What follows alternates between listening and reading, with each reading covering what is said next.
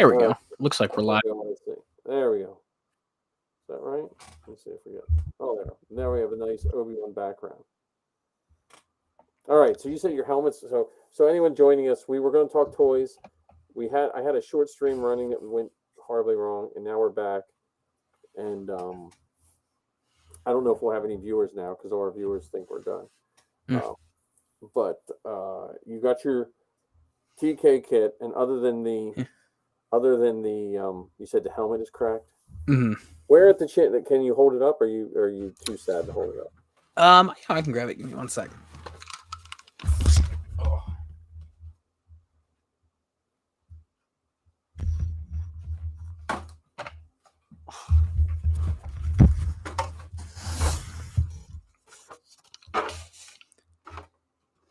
Yeah, so it's at first when I saw it, I was like, okay, this is kind of repairable, but it's come on. It's like brain out. Can I get it? Yeah, that's a little long. Yeah. Yeah. So I'm gonna have to message Walt and see if I can get a replacement or something. Yeah. I mean, I was gonna say if it was a short one, but the last thing you want to do that's a you don't want a cracked helmet in the front. It looks good Right. though. Yeah. Hold that up. I mean, that has some nice detail to it. if I can get it to where it's not so. Yeah, I mean, the whole kit is like, I'm shocked how crisp the lines are. Yeah, well, that's what's nice because until before a Novos came along, the kits were getting really soft in their pulls. So it's really nice that they kind of got back. You know, it helped them get back to the right thing. So, Mm-hmm. but Yeah, everything else looked good though. I mean, my biggest concern is it's very big, like it's large. oh, you mean size wise? Yeah, Yeah. Well, you'll grow into it. Just eat your vegetables. right. Yeah, the forearms. I mean, I know the forearms are supposed to be a little big, but I mean, I've got very small forearms. Well, just again, you trim them depending on the forearms are weird because you don't want to lose any detail, but start trimming them in the back and then work your way to like don't trim much off the front if you can get more off the back because you're not going to see that return. Mm-hmm. If you trim them too far up here, then they'll look giant on your hand. You want them you want your hands to kind of have to squeeze into them. Right. But Yeah, I mean, the one that I got, because I got one assembled. I mean, it fits fairly well. yeah. It just it looks and feels big. Well, and you can put so depending on what kind of foam you have, I've used the foam from that you like the square insulation. It's adhesive on one side for I think it's like for putting around windows or air conditioners or something. Or you can just glue in some foam, like some soft foam in there that you can get your arms in. Or some guys will just put their arm in and then shove foam in it, just so it's not like swimming around on your arm. Right. But you got one arm done. I mean, Right. Yeah. I mean, I had to start somewhere. what's your dad think of the whole? Well, my dad doesn't like the state of my floor at the moment, but Well, right. he's excited to see it when it's done. Now you save that plastic, save all that plastic, because put it in a bag or something. All those strips. Because have you ever made sludge? No, but I learned about sludge for the first time today. Right. So you can save that. So if you would have a mishap, like your cod piece crack or something, you can back it with that sludge, and that so keep a hold of this, at least some of it, so that because the sludge works with the ABS plastic. It will not work with 3D printed plastic unless it's ABS. So I tried it with PLA. Someone told me it didn't work, and I was like, I don't believe them, and I should have believed them. So yeah. No, I was reading the CRL.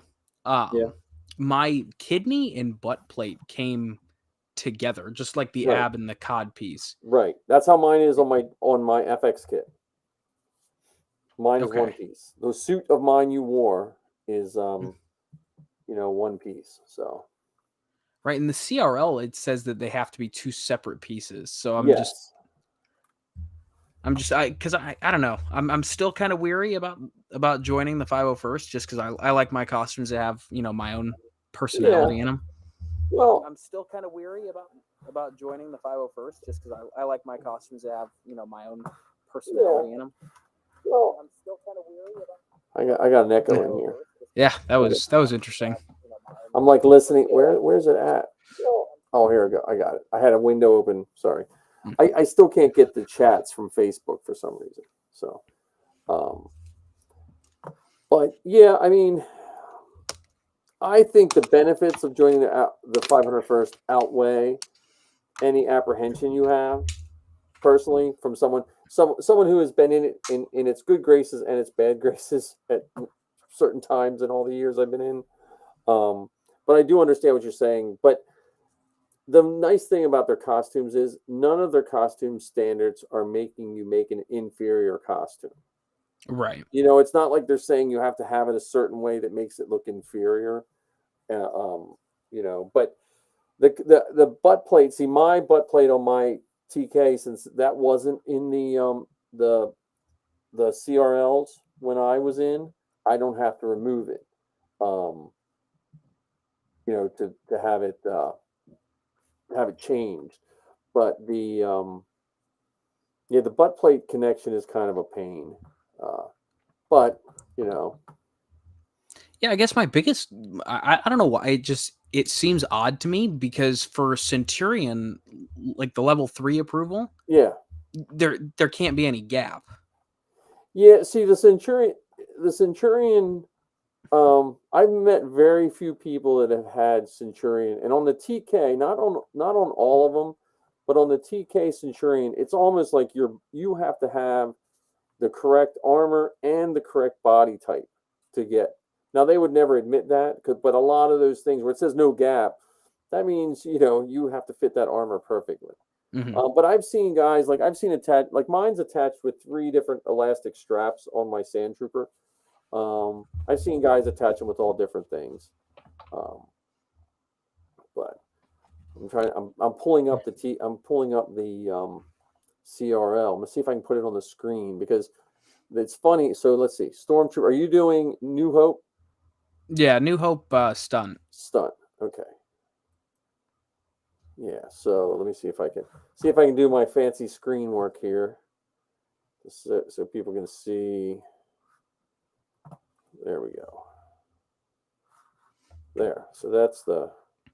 How is it? There. Okay. We don't have any chat coming through. So let's see here. Helmet. Blah blah blah. Shoulder straps. There we go. Back plate. Okay. Kidney armor. Separate kidney armor. Posterior armor.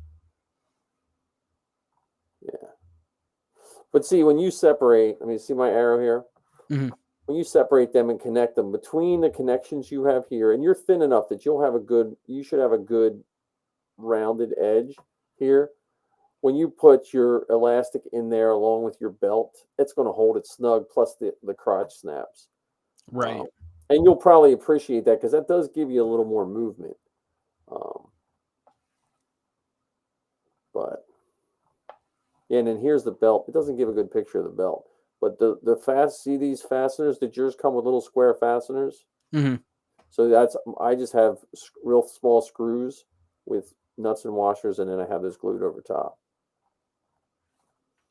This is what I hate. I hate the thermal detonator. Now, okay, so I guess that's my next question. Is the thermal detonator is supposed to be like the actual PVC pipe is supposed to be gray, correct? Yeah, it's gray with white caps and the button on top. Oh, that's annoying. Because I got a white. They gave me a white pipe. It's like a tester gray. Did they give you they used to give you. See, I think mine has the silver stickers. Like mine's the old style. Mm-hmm. But if you take, did it come with a pipe or did it come with just a cast? It's a pipe with then obviously the cast of the. Because you might just be able to go to a hardware store and get a gray piece of conduit Mhm. and do that if you want. That might, these clips are the biggest pain. Mine are like bill clips, like you put money in, Mhm. and then I bent them and riveted them to the back. Oh, Um, see, I wasn't messing with that. I bought clips. Good, because that was an annoying thing. Because when I first got it, I just had it velcroed on. I had it Mhm. velcroed on and that was a big nightmare. There's the holster. It doesn't. The pictures don't zoom on. Oh, there it does. It's Yeah, I. funny because mine's a right-handed holster, but it hangs on the left side. Hmm. Yeah, because in it was what, it was Empire that they moved it to the right side. Yeah, yeah. That always amazed me that they went that different. Blaster optional. Blaster optional. What is this? Oh, I never saw the space. This is new. The space pack. That's from Empire Strikes or from New Hope when they're outside. I think that's pretty funny. So if anyone, we don't even, I don't even know if we don't have any chats or anyone. I think they're mad because we called it quits. Um,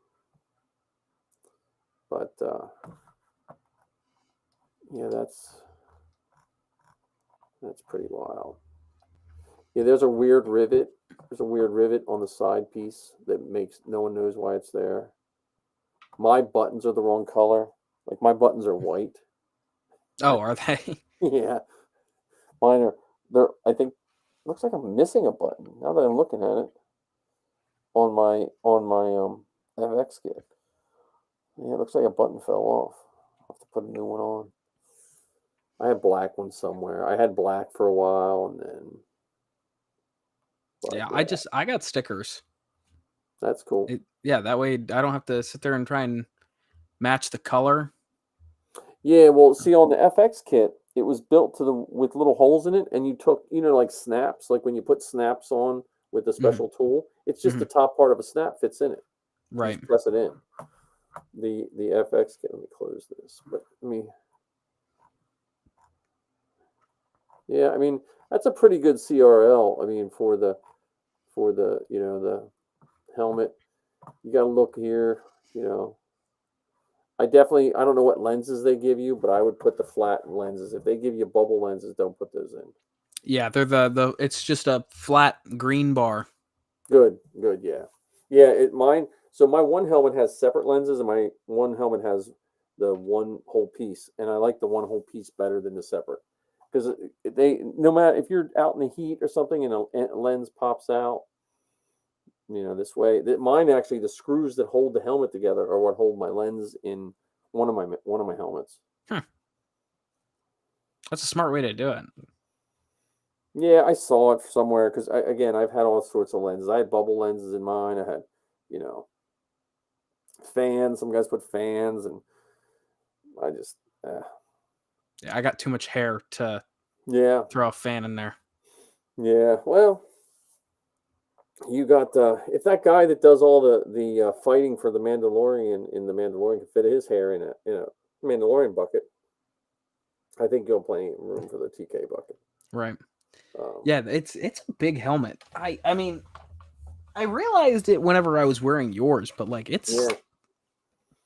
it's yeah. I mean, I'm a small person. I mean, I've never shied away from that. But You can always go as Luke. You can always, you can be Luke in this stormtrooper. We just get you walking. You and I can just walk Chewbacca to the prison cell. right. So, you know. Yeah, and I think I'm gonna bring my pauldron with me on Sunday, which Oh, you got a pauldron? yeah, Oh, you're all out. What color? orange. Okay, good. I'm taking my orange. Yeah, well, I figured I'm like, okay, so the Mandalorian made it so you don't need to be a sand trooper. They Right. made the stormtrooper commander. Yep. So I'm like, yeah, I'll buy a Oh yeah, pauldron. yeah. Well, there's probably. Let me look at the CRL. I wouldn't be surprised.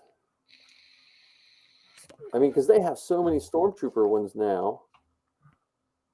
Like, see here, Stormtrooper Commander. No, that's that. I hate that one with the blue paint on it.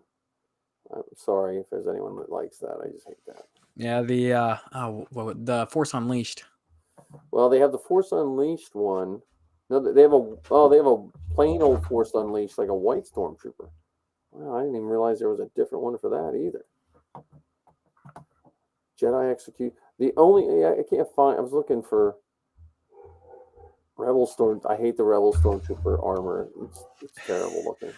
I was gonna tell you that Walt's doing a run of 10 Rebels Stormtroopers. Yeah, but okay. So here, let me pull this up, and I'll tell you. Not knocking anyone's armor, but there's something. Let me see.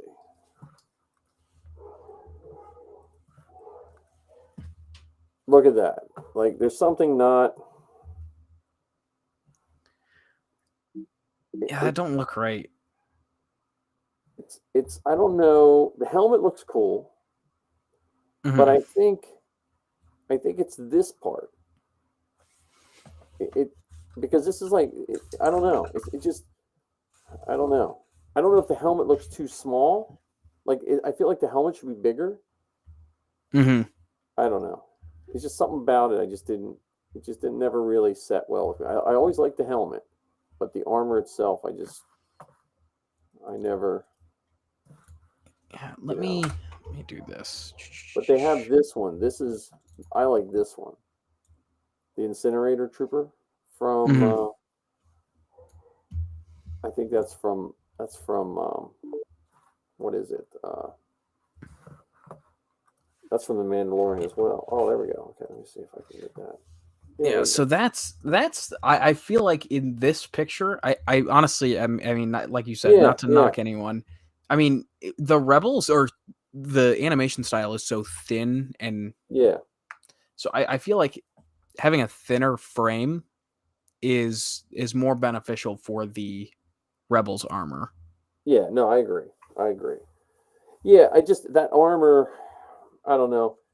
It seems like they took what is one of the more comfortable armors, like because I know guys in clone armor always have a hard time, and then they took the like I don't understand why you couldn't have just taken regular TK armor and thrown a Rebel's helmet on it. I know it looks slightly different, but it didn't look different because they were trying to make it look different. It's just how the animation looked. But yeah, that gives me the flashbacks of the animated clone armor. So yeah, I had a suit of that, and I'm not.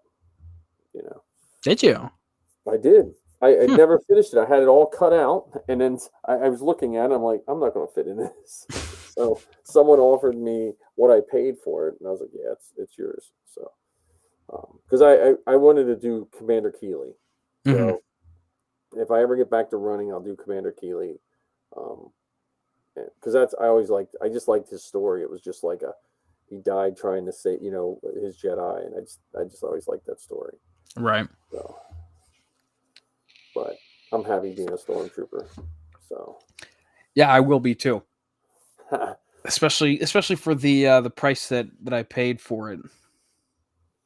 Well, Waltz again. I have a Waltz biker scout, and the detail on the thing is amazing. So hopefully they get you fixed up with your busted helmet, which I'm sure I haven't. I think they're really good about that stuff. Yeah, I don't foresee having an issue with it. Yeah. So I'm kind of looking at it now, just as it sits on. So on the ab plate, there's obviously there's a ridge on everything because it's vacuum formed. Yeah. Where does the ridge, like, is there any ridge on the top of the ab plate that's supposed to be there, or is it supposed to be flush with the? Let me look. I think you mean on the top that's covered. Yeah. Well, it depends on. You should have a definitely. You should be able to tell where the armor ends. And you want to leave as much plastic as possible up there. I don't know. Like there might be a lip. I'm looking at mine. Hang on, let me check this other one.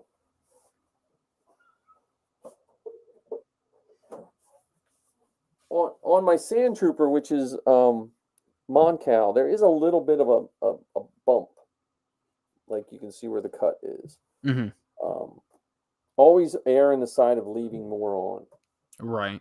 Now, like you shouldn't have any problem with that chest piece coming up on you, but you definitely don't want that white gap like up here. Right.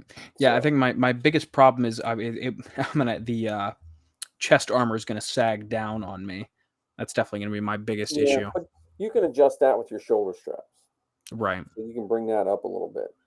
Um, and you might find it's you're probably your hardest thing is you're going to almost have to like stand and like stretch your neck to get that head movement, because and that's where you might, I don't know where you can, like, just for certain things you might find that, like, hey, I'm just going to wear like the Black Series Stormtrooper helmet because it's not accurate, but if you need head movement for something, you know Right. the problem with the Black Series, it has it does have that battery thing in the back. Like, if they would have made that Stormtrooper helmet after they made the Mandalorian helmet, it wouldn't have had that. But that was one of their first endeavors. So Yeah, this is going to be a very interesting experience for me. oh yeah, it'll be fun though. I'm telling you, the first time I wore it, man, I was just grinning from ear to ear, like, because it was one of those things you never thought. I never thought I'd have Stormtrooper armor. I mean, maybe it's a little more believable now, but back in when in the '90s when I was thinking about it, I was like, that's never going to be a thing for me. So yeah, the thigh pieces are definitely those. I know that's going to give me a headache. yeah, blue tape, just blue tape those suckers up. Have if your dad can help you or someone, blue tape and pencils will be your friend, man. Just blue tape the crap out of them to get them sized exactly how you want them, Mm-hmm. and and try on the when you're sizing them, try to do most of your cutting in the back, so because if you have to, the width you can make that you won't have to worry about it because you're a thinner guy, but you can always fudge that back strip to be a little wider. Mm-hmm. So Yeah, I think everything else though. I mean, it's pretty straightforward. yeah, just keep the soft Velcro from hitting your clothes. I mean, the sticky Velcro. Right. All the soft Velcro, because Marty and I just disassembled and reassembled two Ruby suits, and all the Velcro was backwards. Mm. All the jagged stuff pointed towards the body, and the soft stuff pointed out. So that would it'll destroy your undersuit. Yeah. I don't plan on using any Velcro if I don't have to, Oh, okay. except for the belt, just because for that fact alone, I don't want anything sticking to me. Yeah, well, it depends. Like the back of the legs. Again, if you talk to Marty, he lives and dies by Velcro, and I don't. But the nice thing if a snap fails, like I've had snaps fail on my arm, if you don't have anyone to help you, you're kind of screwed. If Velcro fails, you can kind of reach around and get it to hold on. So Right. so when I redo my next armor, my plan is to do Velcro with a snap in the center, so I can snap it, and the Velcro is like my emergency. Mm-hmm. Yeah, that's my. But Yeah. Now is that going to be when you build your Anovos kit, or one of them, yeah, I so should my say? Anovos is going to replace my FX kit, and then my second Anovos, which I sound like the one that I didn't have to pay for, that's going to probably be my incinerator trooper. Mm. Safi wants it, but I don't think after being 000, I don't think she wants to wear anything else but 000. So That makes sense. so, but yeah, I'll probably do. The only way I get rid of one of my Anovos kits is if I had a chance to get a biker scout. If someone said, "Hey," then I might think about it, but Mm-hmm. because I never wanted a biker scout until the Mandalorian.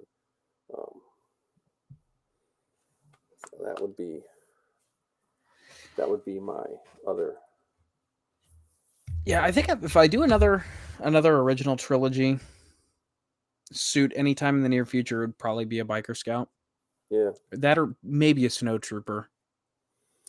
yeah. Snow troopers are rough, though. I mean, they look better in bigger numbers when there's snow on the ground. Mm-hmm. You know, And the problem is they're very hot to wear in the summer and not very warm in the winter. So, yeah. but I have a friend that does a Royal Guard, which is cool. You should do Obi-Wan. Grow a beard, get your Obi-Wan robe. If I could, I would. Honest to God, I if I could grow a beard, I would definitely sport one. But right now, I've just got the kind of trashy looking goatee. Oh yeah, you're like I wish I had that problem. I have to now that we don't have masks at school, I got to shave now. Like, I didn't shave the last 2 days, and I was like, oh man, I forgot we don't have masks. So I could just get away with it. Right. But we have we have 3 big Star Wars things this week. We have You Got Your Armor, which I think should be a TikTok series. Like if you're not TikToking that, I can't help you. Okay, I can't help you anymore in TikTok. That's what people want to see. They want to see you build that armor. Right. Yeah. Well, it's as exciting as it would be to see me swearing at plastic. I mean, you've got a point. Just take a before and after picture. Like just take before you start working next, take a bunch of pictures, do whatever you're going to do, and then just take some after and just do a 30-second or a 1-minute TikTok on how it went. That's what people want to hear, because so many people think it's impossible to do this stuff. And you might help that one person who is like thinking they might want to do it, and I know not everyone has the money or whatever, but sometimes you do these things and it helps you get through all the other things in life. Mm-hmm. And that's my point to joining the 501st is there is an aspect of charity, especially when you're doing it in the 501st where no one knows who you are. Now, there's some people that do it for all the glory, but when I'm just Stormtrooper number 3 and I'm making some kid happy, that helps me. That's almost like a selfish act sometimes. Like you have a bad week and you think stuff's tough, and then you see little kids whose parents are just happy they can see Stormtroopers because they don't have money to do this, that, or this, and it just makes you rethink a lot of things. And it's anonymous, so you do it, and then you just kind of go on your way. Right. Yeah, and that's my biggest thing. It's I want to join because I love giving back. I love doing charity work. But on that same flip side, looking identical to everyone else has never been my forte. But with the TK, that's the point. Right. That's because then what's nice is you get in with those people, and then you decide, hey, well, you know what? I really like being a Stormtrooper, but I think I want to do X, Y, and Z. Or like a biker scout. With the biker scouts, there's so many variations on bikers, and there's variations on Stormtroopers. There's variations on how Stormtroopers act. Like you're a younger, thinner guy, you'll be able to be more active, and the kids will love it. Like we had a Stormtrooper at one point that could do a handstand and flip in his TK armor.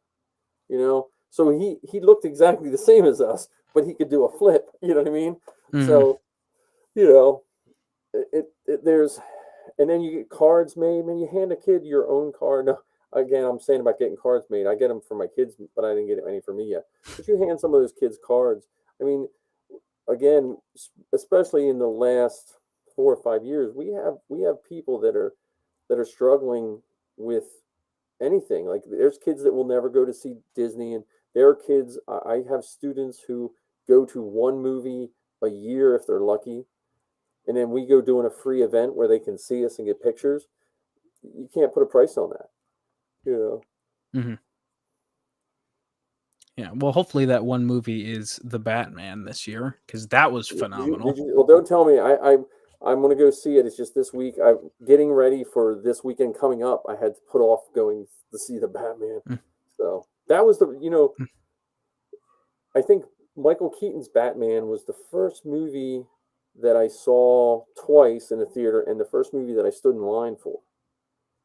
So, because when I was a kid, we just went to Star Wars whenever you could fit in. We didn't, and so I'm looking forward to that Batman movie. I heard one complaint that he wasn't Bruce Wayne a lot, and I was like, okay, then I definitely want to go see this movie because my biggest complaint with superhero movies is they're not superheroes enough.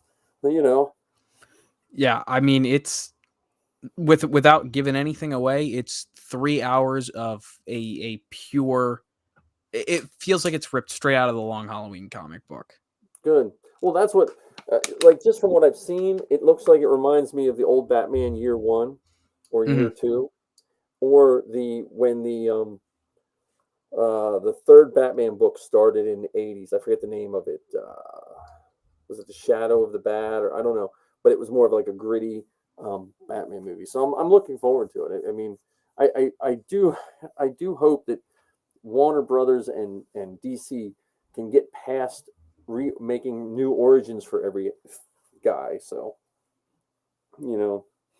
yeah, and I think with where they're at with the movies they're putting out, I think they're starting to realize that. I think Spider-Man: Homecoming was the big push where it's like, look, these mainstream superheroes, we get it.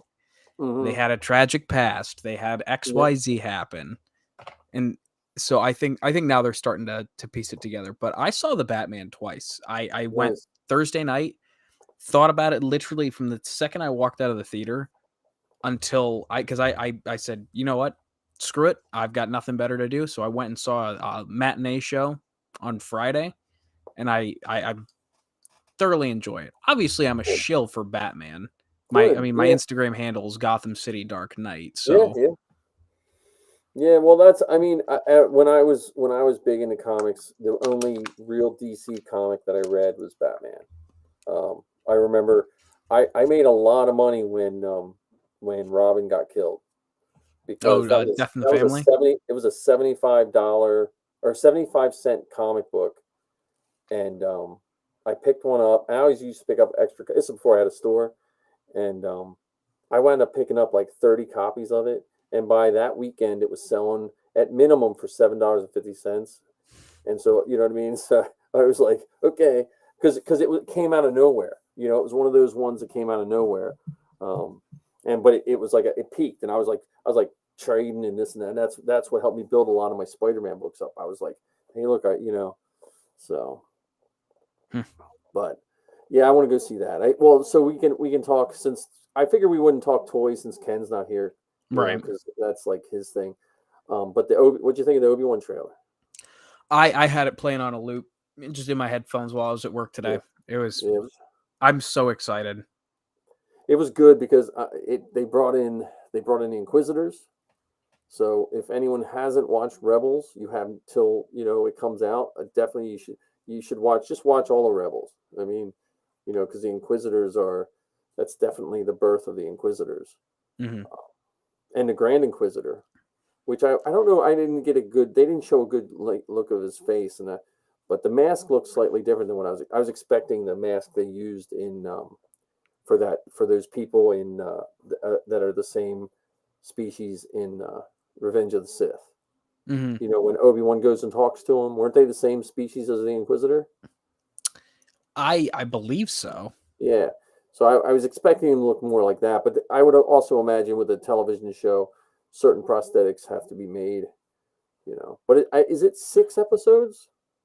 So I've heard either 5 or 6. I went on IMDb. IMDb, they had the writer credited for 6 episodes, and they had 2 other writers. It said episodes unknown, so I didn't know if it was a co-writing credit or if there was 6 or 8 episodes. Yeah, and I'm very pleased that they're staying consistent, and it's one director and one and a half writers. Yeah. So yeah. I very much so appreciate that, because like, as much as I love The Mandalorian, when you get too many hands in the pot, they feel very different. Yeah. Well, and I said this last time, and how can I say this again next week? But I still think they would be better off to just have the Star Wars Hour every Wednesday, and just and entice writers and directors to, okay, we'll give you 3 episodes of what do you want to write, and as much as I love the Mandalorian series and the Boba Fett series and all the other series coming out, it might not be a bad idea just to mix it up. Right. Then people complain about that too, but I haven't heard any complaints about the trailers yet. So that's I haven't been on Twitter either. So yeah, I usually Twitter is exclusively for sports for me, because I can't handle the fanboys groaning. Oh my goodness, it's bad though, because like I know with Zoe's podcast and stuff like that, a lot of times they still look at how many they get companies get fixated on how many Twitter followers you have, or they don't look at bigger picture. And it seems like Twitter is one of those ones they always want to look at. And I don't see any positivity coming out of any fan base in Twitter. You know, you could put the most positive post up, and you're going to have like 50 people hate you. You know. Yeah, and I guess kind of going piggybacking off of that, the biggest off, I don't want to say gripe or thing that I thought was off or wrong, but I was very, speaking of the Grand Inquisitor, I was very thrown off because kind of going back to like the Rebels TK armor is the animation style is very thin and slender. His head just seemed so wide in comparison to everything you know about the Grand Inquisitor. Yeah, that's exactly what I thought. You know, but maybe he just had a bad, maybe instead of hair they have bad head days. Their head just swell up. You know. Mm-hmm. I don't know. As much as people don't like them, I was very happy to see the helicopter lightsaber. Oh yeah, in action. Well, you know, I like, as much as people. I know they didn't like the helicopter lightsabers, but it was one of those things. Like, it was an easy way to make them be able to get around without having to bring a whole ship in. Mm-hmm. You know, like, because you can't have every villain fly their own ship in. It would just be stupid. You know. Yeah, I'm very excited to see Joel Edgerton back as Owen Lars. Yeah, that was cool. Was the girl the same as well? Mm-hmm. Yeah. Yeah, I saw a quote from Deborah Chow that said, "Thank you very much, George Lucas, for casting Joel Edgerton as Owen Lars." Yeah. Because back in 2005, I mean, Joel Edgerton wasn't the biggest actor, right? But I mean, now if you look back, it's like, wow, that if you were to look back in 2005 and say, all right, in what 17 years you'll be back as the same character. Yeah. That's almost like job security. Right. And but like looking at his resume now, I mean, it's like, wow, you've got all these different, acting credits that are phenomenal. But you got a 10-second role in Revenge of the Sith. I think he was good at that. Like, I think overall he was good at seeing the potential in people. Oh yeah. What they did with that is up to them. But yeah, the Obi-Wan, I hear all this speculation though of all these fights with Vader, and I still have a feeling that I know that everyone, I will be more surprised if he fights Vader than if he doesn't. Mm-hmm. Like I know they're hinting at the rematch and this and that, but I'm thinking, is it going to be a battle of wits, or is it going to be a lightsaber battle? Right, and obviously the concept art showed a lightsaber battle. Right. However, I mean, there's a lot of stuff that from concept art that doesn't make it to the final shot. And if he fights Vader, it only, at least in my eyes, now look, if they figure it out and they do it right, I'll probably like it anyway. But if he fights Vader, it only weakens both of the characters. Because you can't have Vader be like General Grievous, where he lost every battle. Right. And you can't have Obi-Wan. If he fights Vader and lives, then wouldn't you think in the gist of things, Vader would just go nuts looking for him? Like that would, So I still wouldn't be surprised if it shows Vader, like the Inquisitors thinking they find Obi-Wan, and Vader finding other Jedi and killing other Jedi. And I just have a feeling it's going to be more Obi-Wan protecting Luke by keeping the heat off of Luke. That's my opinion. Like if someone shows up that's looking for Jedi, Obi-Wan will do everything possible to make sure they don't think Jedi are there. Mm-hmm. Yeah, and I was talking to a friend of mine about it, and he's like, "Oh, when do you think we're gonna see the Vader versus Obi-Wan fight?"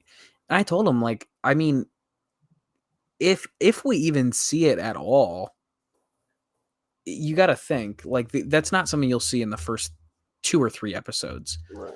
I very much so think that it's going to be everything we saw in the trailer is going to be from the first episode and the first quarter of the second episode, kind of like what they did with Boba Fett. Yep. But I've got a very strong feeling it's going to be okay. The Inquisitors are on Tatooine. They think they found a Jedi. Obi-Wan is kind of catches wind of the Inquisitors hunting down Jedi, so he's following them. Yep. And then eventually, I think in the very end of the last episode, Vader and Obi-Wan are going to cross paths. Yeah. So, well, again, I wouldn't be surprised if the big epic battle is a flashback, and they just give us more scenes from the Mustafar battle. Yeah. Like a different scene or something. But who knows? I mean, I still wouldn't be surprised if the Vader battle is more him fighting like Mace Windu, or him, like thinking he finds Obi-Wan and it's Mace Windu, or thinking he finds Obi-Wan and it's someone else. But again, I'll like it probably no matter what they do. Right. Because it looks good. I mean, it looks like when he was walking that stupid animal that Qui-Gon had, like just that alone, I would have been happy with that. The Inquisitors the woman Inquisitor reminds me of the one from the Ahsoka book, which I still never read. Yeah, so, well, that's another one that would be a good, if you want an audiobook, because it's read by Ashley Eckstein. So it gives you that Clone Wars sound. So. Yeah, well, I've got 13 plus hours of drive time this weekend, so. There you go. Well, yeah, I mean, you have that. I'm trying to think what else you have. You have, you could listen to, Dr. Aphra. Listen to Dr. Aphra. Would be good. I'm just about done with it. I that was one that I had to read just because I like the text format. But there's a audio that's not. It's a retelling, but it's in a different way. It's an audio drama. It's a Dr. Aphra audio drama. So if you read the comic books, it makes it even better because it's basically it's basically like the story, but now she's going to retell it to you from her point of view. Yeah, which that's the because I've got the hardback book. Yeah. Of where it's basically written like a script. Oh, okay. I didn't know they even made a book for that. I didn't even know they made a book for that. I just know there was the audio drama, the Dr. Aphra audio drama. Actually,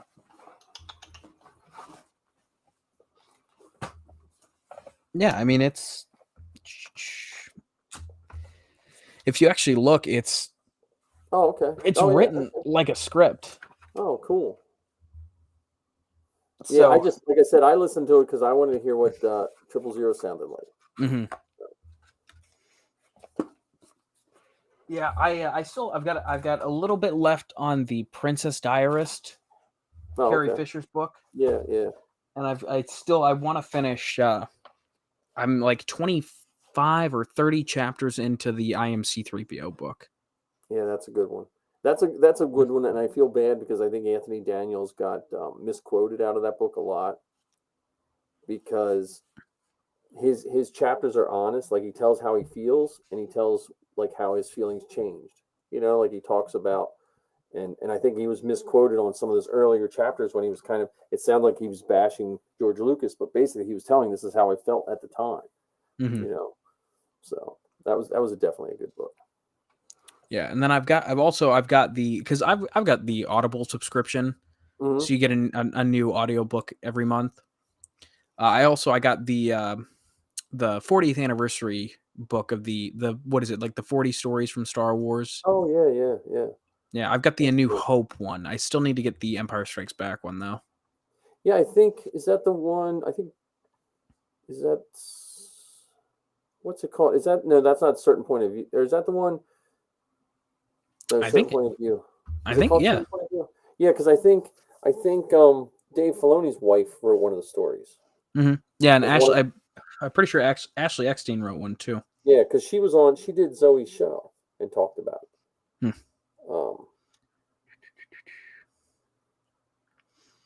That's cool. Yeah, from a certain point of view. Yeah. Yeah, we have the Empire one here. And Zoe's she's on like a mad tear to have all the new books read by June or something like that. So she's rereading them all. That's And she knocks out a whole book in like 2 days. So yeah, I can't relate. I can do about 3/4 of the book. I always think the last quarter tends to take me forever. Mm-hmm. So yeah, that's where I'm at with the Dr. Aphra book. Yeah. I mean, I started it back in November, Yeah. powered through most of it, and then now I'm just kind of waiting to finish it. Well, yeah. So that's our news. We had You Got Your Armor. We got the Obi-Wan trailer, which looks good. I can't. If people start complaining about the Obi-Wan trailer, I don't know what to say to them. I really don't. I mean, I don't know how you can. I didn't see anything that you can complain about. You know, I know some people said they think that it's Rex in there and stuff like that. And I'm trying not to over speculate because I want to be. I don't want to spoil anything by accident. If that makes sense. So there is a documentary out about the 501st. There's two. I have one of them on. I think I have it on DVD somewhere. I should make you a copy of it, not to sell or anything, but so you know. But I bought it from Australia because they couldn't distribute it in the United States. But there's another one out too, and I forget what it's called. But I think it might be on Amazon Prime. So, but then the other thing is the celebration announcements. Yeah. So like tickets finally came on sale and stuff like that. So, so that's pretty cool for people that want to go. It's I think the tickets are like $190 or something like that for 4 days, and $75 a day if you get individual tickets or something like that. Oh, it's a lot better than the secondhand market that I saw. Oh, I know. $6,000 for a 4-day pass. It's like I could have bought Super Bowl tickets for that. You could go to well, now we're back on to the Star Cruiser. You could buy an inflatable Millennium Falcon for that. Yeah. Anytime I hear like over $6,000, I'm just going to price everything in how many Millennium Falcons you can buy. It's a valid currency. Yeah. Well, I get ads for them every day now, so one of these days I'll be up at like 3 a.m. and I'll be like, yeah, I can pay $275 a month for the next 6 years for that. Yeah, it's only an auto loan. Yeah. But yeah, so I'm glad the tickets went on sale, partially because of that secondhand market. Because the secondhand market, I felt like Celebration isn't cheap as it is. And then when I saw the secondhand market kind of going crazy like that, I was like, it's just not. I just know that if I wouldn't have gotten my tickets and all of a sudden my girls wanted to go, it just puts you in a bind as a person, and then you have people that are just, you know, I can see if someone spent $200 on a ticket and they decide not to go and they want to make $300, they want to make like $100 or something from it. But I don't know. Maybe I'm just not a good capitalist when it comes to that kind of stuff. But I just felt that was a little rough. You know? Yeah. Like if you want to buy the tickets up last minute or something, I don't know. I don't know how I feel about that kind of thing. I don't know. I guess people can do what they want, but when they buy all them up for no reason. And Repop, I mean, they're still not getting many announcements out. Like they put some merch pictures up, which was kind of cool. I normally just buy a T-shirt. I'm not really much into the Celebration merch. Like I think I got a T-shirt and a patch, I think last year, because last time you had to wait like an hour or two to get into the store. Like you had to wait in line to get into the store. So I was like, I'm not waiting. So and then you just wait till near the end, and then some of the exclusives aren't there. But you know, depending on if you're an action figure collector, and then you do want to get to the exclusives. Like I got into the pop lottery, but my time was like late in the thing, and there was no pops I wanted. Mm-hmm. So I missed out on my time. So when I went the last day, there was one pop left, and it was a like translucent Greedo. That was the only pop they had. It was literally I bought the last pop. Like, so. Yeah, that way you can say you did. Yeah. Well, and you know what? They have this bag that I could almost use as a sleeping bag. They give me a pop because they had these giant pop bags that said pop figures or something on them. I just wanted one of the bags, and she wasn't going to give me a bag. I said, "Look, so she gave me a bag. The bag probably costs more to make than the translucent Greedo pop, but I'm happy that it's the tickets are going for sale. Now the other thing is they have all the mask rules in place in the vaccine rules, and I know a lot of people are getting angry at that, but I have a feeling that they're just they're posting up for anyone listening or thinking about going. I think they're posting up the most restrictive rules right now. So then, if things change, they can always make it easier. Does that make sense? Because you don't want someone buying a $200 ticket and then say, "Oh, by the way, you can't do this, this, or this." So, I think that's better. That's probably better business on their part. Right. Yeah, you're definitely going to deter a lot of people who are on the fence about that. So, yeah, and I think you're right. If you start at the absolute worst case scenario and work your way back, you're going to have a lot easier time than being very loose and fast with it and then trying to ramp it up. Yeah, like if I fly halfway across the country taking my costume and they say all of a sudden the week before you can't wear your costume because you can't cover a mask or something like that, then I'd be quite perturbed. So, which I didn't understand that one. That's like if your face is covered, and you've got a mask underneath. I think it runs into like, so if you have a TK helmet on and you're breathing whatever, I think since that's probably okay, in theory.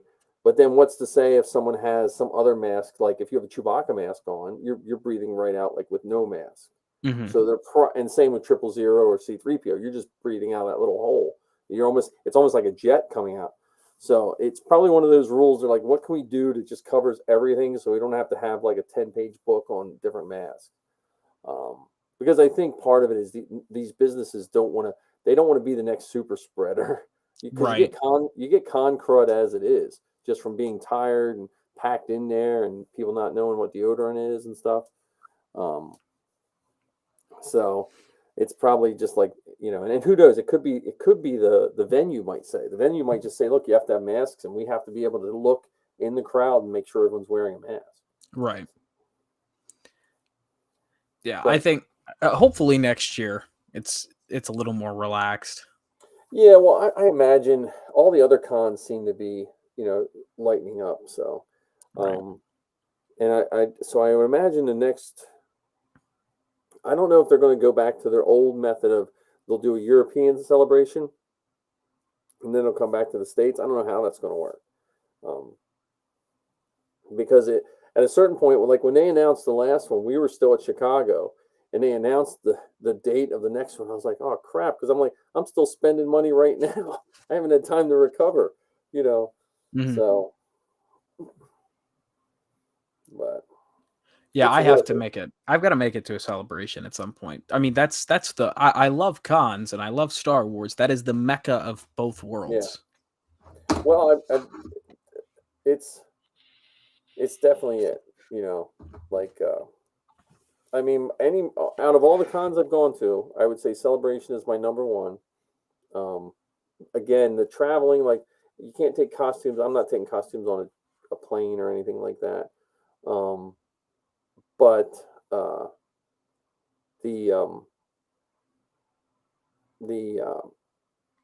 my second one will be Steel City.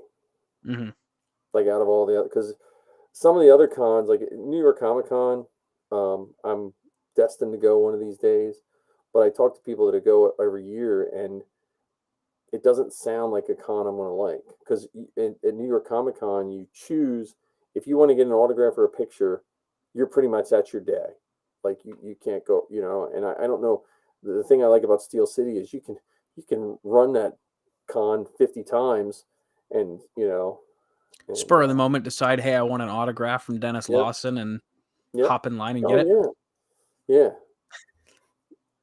Or just Yeah, I've never been an autograph or a celebrity guy. Yeah. But you're right. That's what's nice about Steel City is you can just like that change your mind and and in Steel City, you're kind of stuck and you have to be in con mode because there's nothing around. Like you can walk over to the mall and but there's like you go to some of the cons and there's nothing to do. Like the people just kind of as soon as it's over they go do different stuff. I like to be in con mode when I go to cons and Celebration was kind of the same way too. You're kind of like stuck in a. Now I know some guys are going to run over to Disney and stuff like that during Celebration. I'm probably not going to do that. You're just tacking on another hefty expense on that. I'm gonna be eating ramen but I don't know. But yeah, so that's our good Star Wars news, and hopefully next week when Ken's back, we'll be able to talk Stormtroopers and movies, and we'll see if Matt wants to join. I got a message from Marty, and I asked for him to join, but he must have been in. He must have not got my message. The problem is I can't send it on my phone because he doesn't like my Mac. I can send it to people's phone if they have a iPhone, but he has an Android, so I'm stuck. Yeah, I really hope we can get Matt on here because I feel like that would be it's especially if we still plan on doing a Han Solo Chronicles episode. Yeah. Oh yeah, we definitely have to do a Han Solo's Chronicles episode. And now that I'm getting the hang of using this, like this whole thing, I can make up a slideshow of a lot of the pictures we took. There's a way to put music on here too, but I don't know. There's a way to put music, and I have no clue how. Because I was playing with the setting one time, and I figured how you could put background music, and I haven't been able to find that button again. So, but we did get the background graphics. I got my nice Obi-Wan background graphic here. Yeah. And, see part of his eye and his goatee. I know. Well, I don't know if it does it. No, that doesn't. That makes. I'm just looking at all the settings. Yeah, that's the side by side. There, that's our background. And then we have the chat overlay, but we haven't had any chat because I think we were a little late in getting started today. So and TikTok is nothing but Obi-Wan talk, right? Which is great, you know. It's funny because I've been in the fandom long enough not to sound like a gatekeeping person, but I'm just like, I some of the fans I find suspect because I remember the years when there was very few Star Wars fans. I'm like, really? You liked it your entire life? I need to, not that I care, but I'm like, I remember being harassed quite a bit in the 80s and 90s for liking Star Wars. So. Hey, if it makes you feel any better, I have been harassed my entire life for liking Star Wars. Yeah. It hasn't changed. Yeah, no, I mean even up until Rise of Skywalker, when students came in my room and even teachers, they just looked at me like I had my pictures of me and my stormtrooper. They just looked at me like I was insane. So, when you say you have stormtrooper armor, everyone looks at you like there's something wrong with you until they see a bunch of you in stormtrooper armor. Then they're usually the ones that want the most pictures. So. But hopefully you'll get your armor done. If not, we got a spare set for you. Take your time, but don't rush it. You have armor to wear. Right. Yeah, I was gonna say it's looking like just based on that one forearm that took me an hour. We're I think once I get the extremities assembled, I feel like it's gonna go like that because there's not a lot of assembly. It's more so just strapping and making sure everything looks right. Gorilla tape the back of the back of your seams, though. I strongly recommend that. That's I was at Joann's because I forgot I needed to get strapping. Yeah. Oh, I didn't get elastic for the ammo boxes. So the other thing is with the when you put your, I don't know if you're going to do all snaps. Mm-hmm. I don't know if you remember what my snaps are. I put them on belting and then CA glued them to the plastic. Mm-hmm. So then if you ever have to take them off, you can just grab them with pliers. It'll pull right off. So, hold on. Say that one more time. So like say the inside of the chest piece, right? Mm-hmm. And I need snaps to whatever. I take a piece of belting about this long and I put two snaps in it. I soak that belting. I put that belting and CA glue that piece of belting onto the armor, because some guys will make like plastic plates, mm-hmm. you know, and they'll put snaps on them. Yeah. But the problem is if you put a plastic plate with a snap in it, it doesn't have any give. So if you jerk, like go to fall, and that glue rips off. Now, if you put in a piece of belting, that belting has a little bit of give before it tears off of the plastic. Does that make sense? Mm-hmm. Yeah. And that's how I did all mine.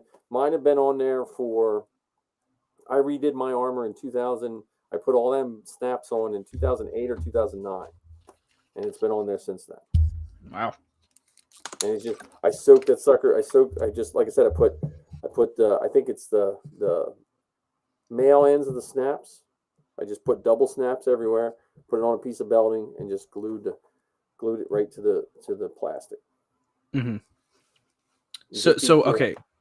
So what you're saying is you've got two pieces of fabric, each with the male and the female snap, and they would come together. Yeah. Oh, here, let me see if I can.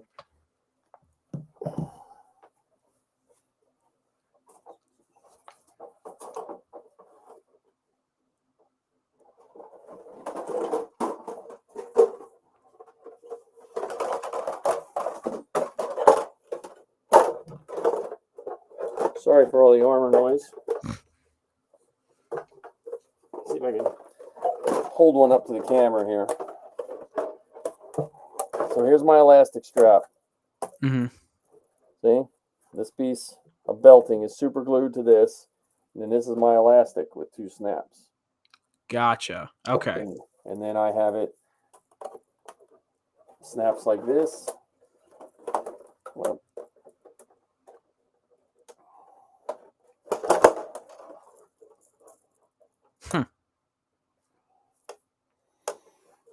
All right.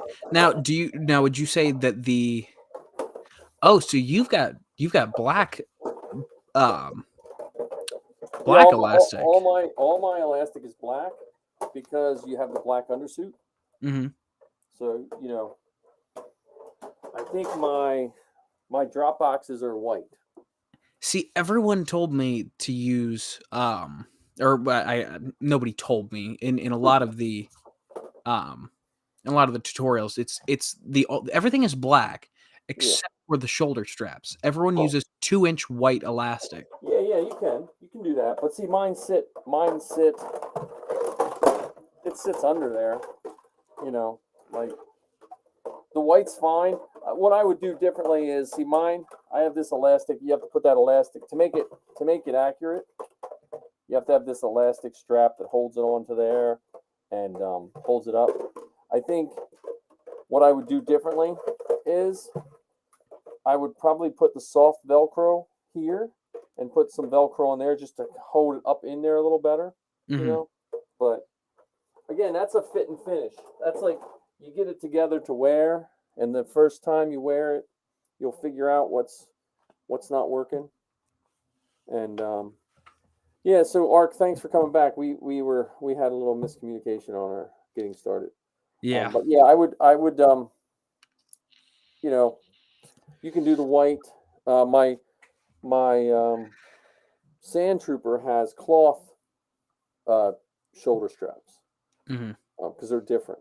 Right. Yeah, because the Sand Trooper that's they don't have the plastic. Right. And if you wear a pauldron, your pauldron almost completely covers your shoulder bells.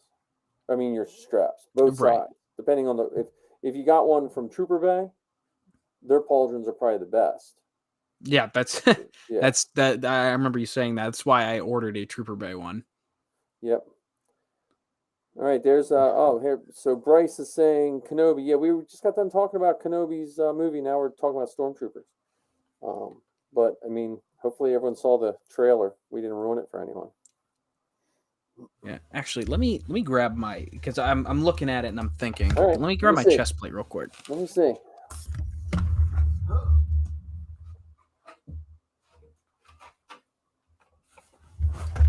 Oh, come on.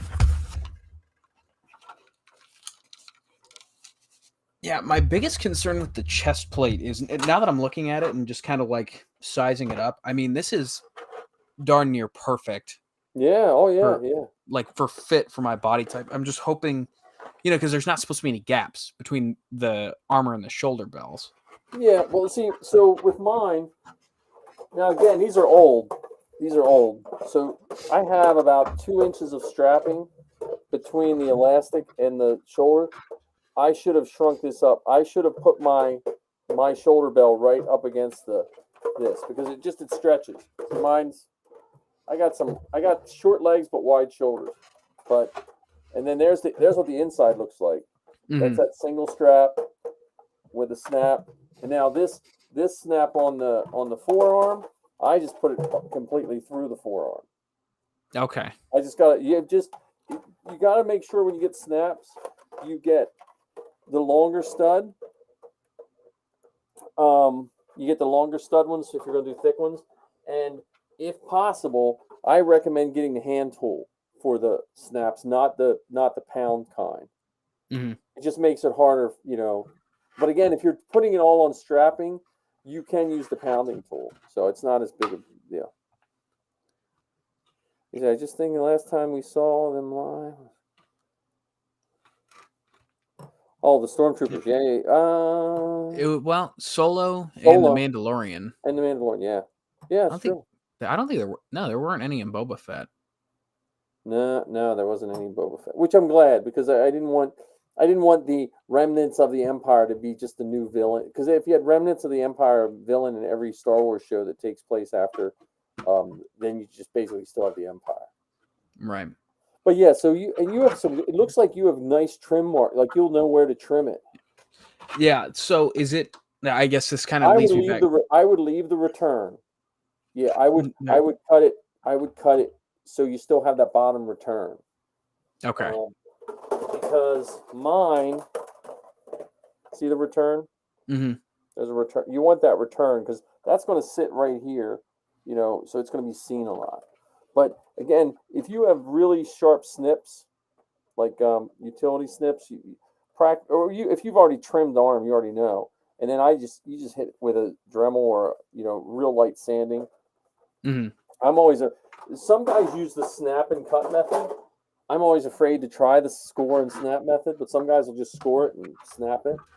Yeah, I'm more worked surprisingly well. Okay, I was shocked. I might have done that with my Sand Trooper now that I think about it. But we're doing this. The problem with that Novos kit, it's a really hard plastic. Like it splinters. Yeah, that's styrene. That's not ABS. Yeah. So that one we just redid those kits. That was a pain. So, but yeah, you can that ab plate looks really nice. I mean, that chest plate looks nice. Yeah. I mean, that definitely paid for quality here. Yeah. So I guess now that I'm looking at it a little closer, I've got a little dimple. I would right here. I wouldn't even bother with it. No one will notice it. Right. When I was building 000, I was getting fixated on all these little imperfections, and I think it was Dan or someone told me, said just get the whole thing done, and then you won't even see it. Mm-hmm. I mean, because mine has banged up cracks, and and it's like a new car. When you first wear it, you're gonna have to get it dirty first before, and then you'll be like, okay, I'm fine. Mm-hmm. I think like the second time I wore mine, they ran a wagon into it. and Oh, so I had a big red mark on my one leg for years. yeah. I on my left forearm, I've got to figure out how I'm gonna get these off. But I was wearing rubber gloves, Mm. and I must have caught some CA glue. So I've got Wow. little tiny blue flecks that I gotta. I'll Um, probably hit that with my X-Acto knife and just kind of yeah, or you lightly could get it take it. off. You could do Goo Gone might take it off. Oh yeah, Goo Gone would Gone, probably yeah. do it. Just yeah, I would just probably do Goo Gone. You don't want to do too heavy chemicals only because that not anytime soon. But if you use too many heavy chemicals on them, that's going to make them yellow. Mm-hmm. Um, in the future. We just de-yellowed a whole stormtrooper. The stormtrooper kit we did, they let it sit out in the sun in a box, so half of it was yellow, and so we had to use this whitening agent and put it under UV lights and stuff like that. So that's those helmets I posted up on TikTok with the tear things cut out. Yeah. So Yeah, that's the other thing is the actual decals for the helmet. I know hand painting them is kind of frowned upon even for the stunt kits, and I was like, that's how they were done. oh, I hand painted mine on my one bucket because I couldn't get the one bucket I have. No one could give me a reference, so I hand painted it or make them on the Cricut. Yeah, I've got decals, but Yeah, I try because Trooper Bay doesn't have Walt's kit. yeah. But I did some research and tried to match it up to the closest helmet sizing. Yeah. So I think I've got the right ones. Yeah, but I'm But saying if you have to, you can make a stencil on the Cricut. right. But if you, I hand painted the one gray and then just took a Sharpie marker and used that to make the black lines and stuff. Because like the Right. Sand Trooper and Stormtrooper are different. Um, but yeah, it'll be fun. Mm-hmm. You get it all together. Hopefully, Walt gets back to you about the helmet. He will. I mean, I'm just send him a picture and they'll take care of you. Right. He wouldn't be that big if he treated his people poorly. So Yeah, luckily, I mean, if and again, like you said, I don't think it will go poorly. But if at the end of the day, I've got to use this one. It's at least it's at the very bottom of the yeah. chin. Now So they give you the plastic stripping to go inside the helmet. yeah, I got Okay, everything. good. I mean, I know a lot of kits don't have the aerators. They don't have Oh, the brow or yeah, the neck seal. that's good. So, and I mean, there's hardware that I haven't even looked at to Yeah, they know probably give you exactly the what it little is. screws for the earpieces because I think you have to have three. I think it's Yeah, two in the ear and then one down below. yeah, the Chicago screws. Yeah. Well, yeah, I think there's the yeah, I used for mine I used the screws that you put in light fixtures. Mm, Just, and I think my aerators on my first helmet, my FX helmet, are the things that are found on the end of faucets. hmm. And you put black tape around them and stuck them on there. So I think my other ones are just cast resin ones. Yep, yeah, that's what these are. Hang on, I'll grab the little hardware kit because you Well, haven't seen a Walt kit, have you? I have like I said, I have only seen the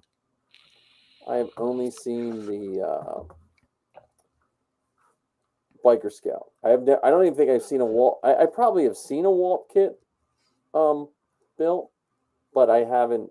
I don't know that I've seen it. If that makes sense. Mm-hmm. Yeah, let me go grab the bag of hardware here. Oh,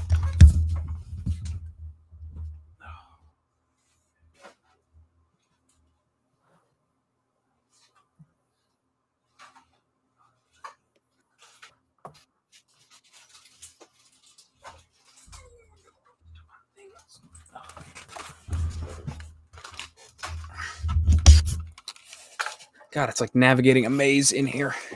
I'm telling you, that should be your next TikTok video. Yeah, so I mean, it just comes in a little Ziploc bag, and you got the tube stripes, which I already had. Nice. Because that just came with the helmet decal kit that I got, and then yeah, it's got just the resin cast aerators. They're already on screws. Oh, that's nice. That's very nice. And on the actual, like on the chin, they're marked exactly where they need to go. Nice. There was a guy that made a kit that you hooked your amp into, and the voice came out of those. Mm. I don't know if he still makes them at all, because I have the static burst for my. I have a ROM FX for mine that makes the static burst. Yeah, and then I don't know how well you can see that, but it that's actually the aerator. Yeah, that goes on the end of the aerator. Yeah. Yes, that way you don't have to worry. All you got to do is just paint the cast black, and yeah. I'm surprised. Honestly, I'm surprised they don't dye the cast black. Right. Yeah. Now, do these sit in the actual aerator, or do they just sit over? What are they? Let me see. Because it hold them up. Whoop. Yeah, you might just have to. You might have to just. I think you might just have to glue them in, because I don't think there's a. Yeah, they just sit in like that. Because it's actually it's a what is it, a microphone? Yeah. Yeah, well, because it's the at least the one combination that I have, it just fits right over top right on the lip. Yeah, but I it think doesn't. you gotta squeeze it in. Yeah. I just didn't know how deep they go. You have to look at a close up of a helmet, because I think mine are. Now that I think about it, I'm looking at mine. Mine are pretty rough. They're just crunched in there.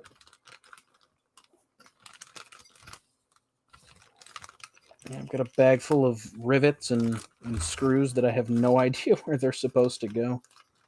Rivets. I'm trying to think where the the rivets. I think there's a one spot on the side ab that you're just supposed to have a random rivet. That sounds about right. Like I think it's on the left-hand side. There's just like a random rivet. Yeah, I'm sure it's marked. I mean, everything that needs something to go somewhere, it's all marked.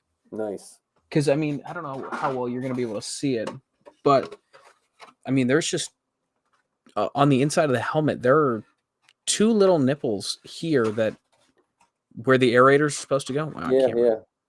Struggling with the inverted camera here. I see. Yeah, I see it.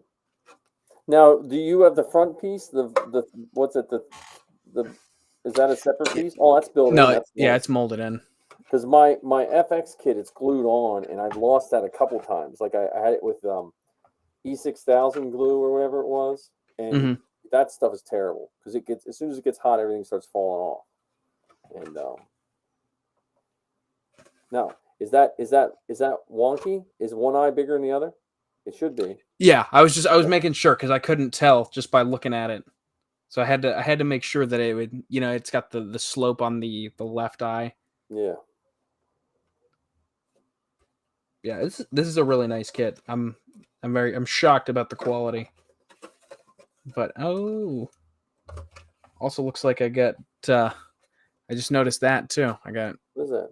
That's a pinch. Oh yeah, but that might actually be covered.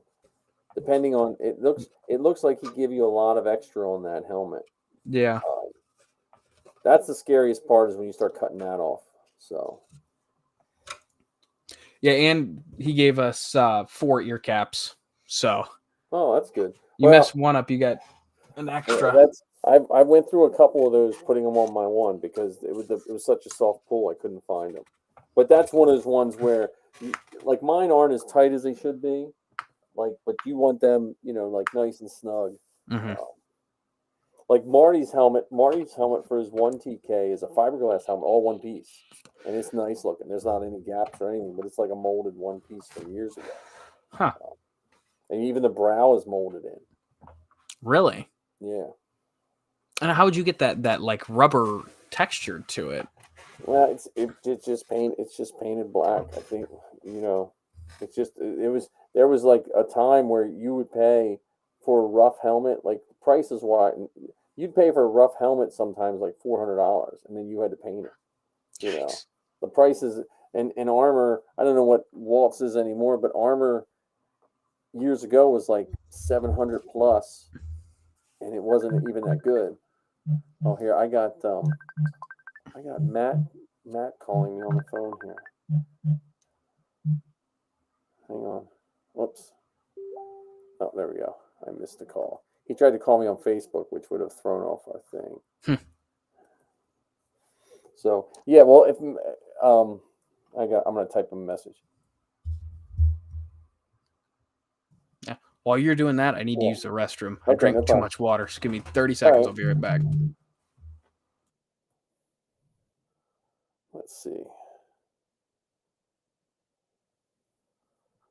Let me see here.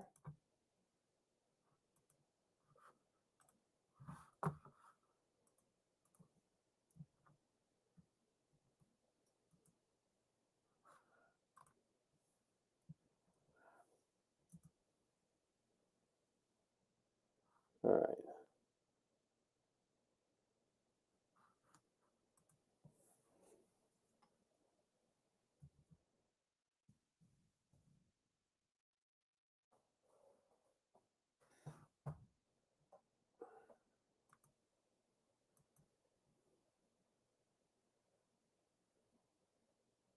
All right.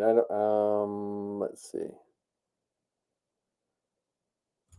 I just resend him the link. I don't know. Let me see. I don't know why the link. He said the link wasn't working. There. Did you send him the first link that you sent me? I sent him a new one. So I went into the new invite and see if it'll work. But we'll see. I don't know why if I have.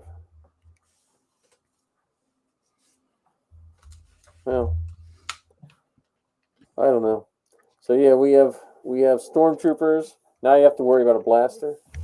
So yeah, which I think for the time being, I'm gonna order a one of the Ruby's ones. Yeah, and just they're mod nice. it.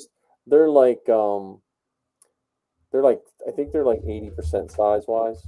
Size wise a little bit. Cad Bane showing up, and a bounty hunter on Obi-Wan. Yeah, that would be. I mean, that would be good. Again, I think it's Blake. He's on my robotics team. My biggest fear is when they take if they take too many of the good villains or the good heroes, and you can't keep having like Cad Bane can't be the coolest bounty hunter if he gets defeated in every series he stops by. You know what I mean? Like, yeah, and I think if you start throwing in named characters too often, I mean, you're gonna have the same complaint as most people did with the Boba Fett show, where it was no longer a Boba Fett show. It was just okay, how many cameos can we fit into X amount of episodes? Right. And again, if Cad Bane comes in, what's he going to do? Like, I think I'd almost say you'd be better off served if you saw Chewbacca, Lando, and Han Solo working out of, if you wanted a guest spot of, but you only have 6 episodes, so you have to be careful. Right. And it's not like you've got 6 episodes and then you've got another season coming. It's 6 and that's all she wrote. That's what they say, but you know what? I think they said that about the Bad Batch too. Well, I mean, truthfully, they also said it about the Mandalorian. Yeah. So it's I think Ewan McGregor, as many movies as he's made, he's not like setting the world on fire. You know what I mean? Like he's not like no one's rushing out to see him until all this happened. Mm-hmm. Yeah. So Blake said about them sending. There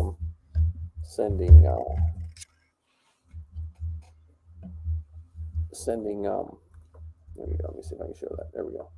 Crimson Dawn. I could see that. Like looking for Obi-Wan. But it might not be bad to see like it. I don't know. I'm just curious what they're going to do. There's going to be one guest appearance on that show that is going to test the grounds for a new show. Mm-hmm. There's Matt. I guess I'm here. Hey. The magic of television or something. Right. Or whatever. Yeah, we were talking. So we were going to talk toys this week, and then then fan films next week.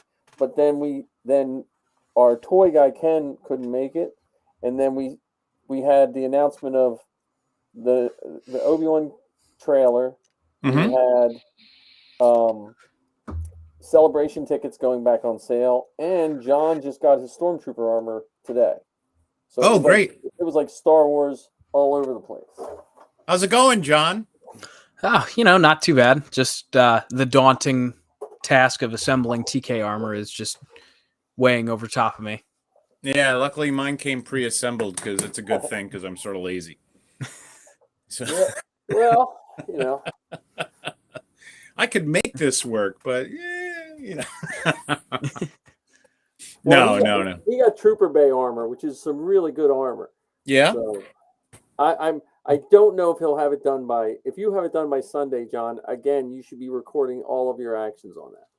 Because well, now that I know that I've got Saturday free for the most part. Other than I'm gonna try and get as much sleep as I can. You need to bring a sidekick. I'm telling you, you gotta convince your dad to take a ride. Because now, if you do get your armor done, we will have a set of armor we can stick your dad in. True, and he's a lot closer to your size than I am. So there you go.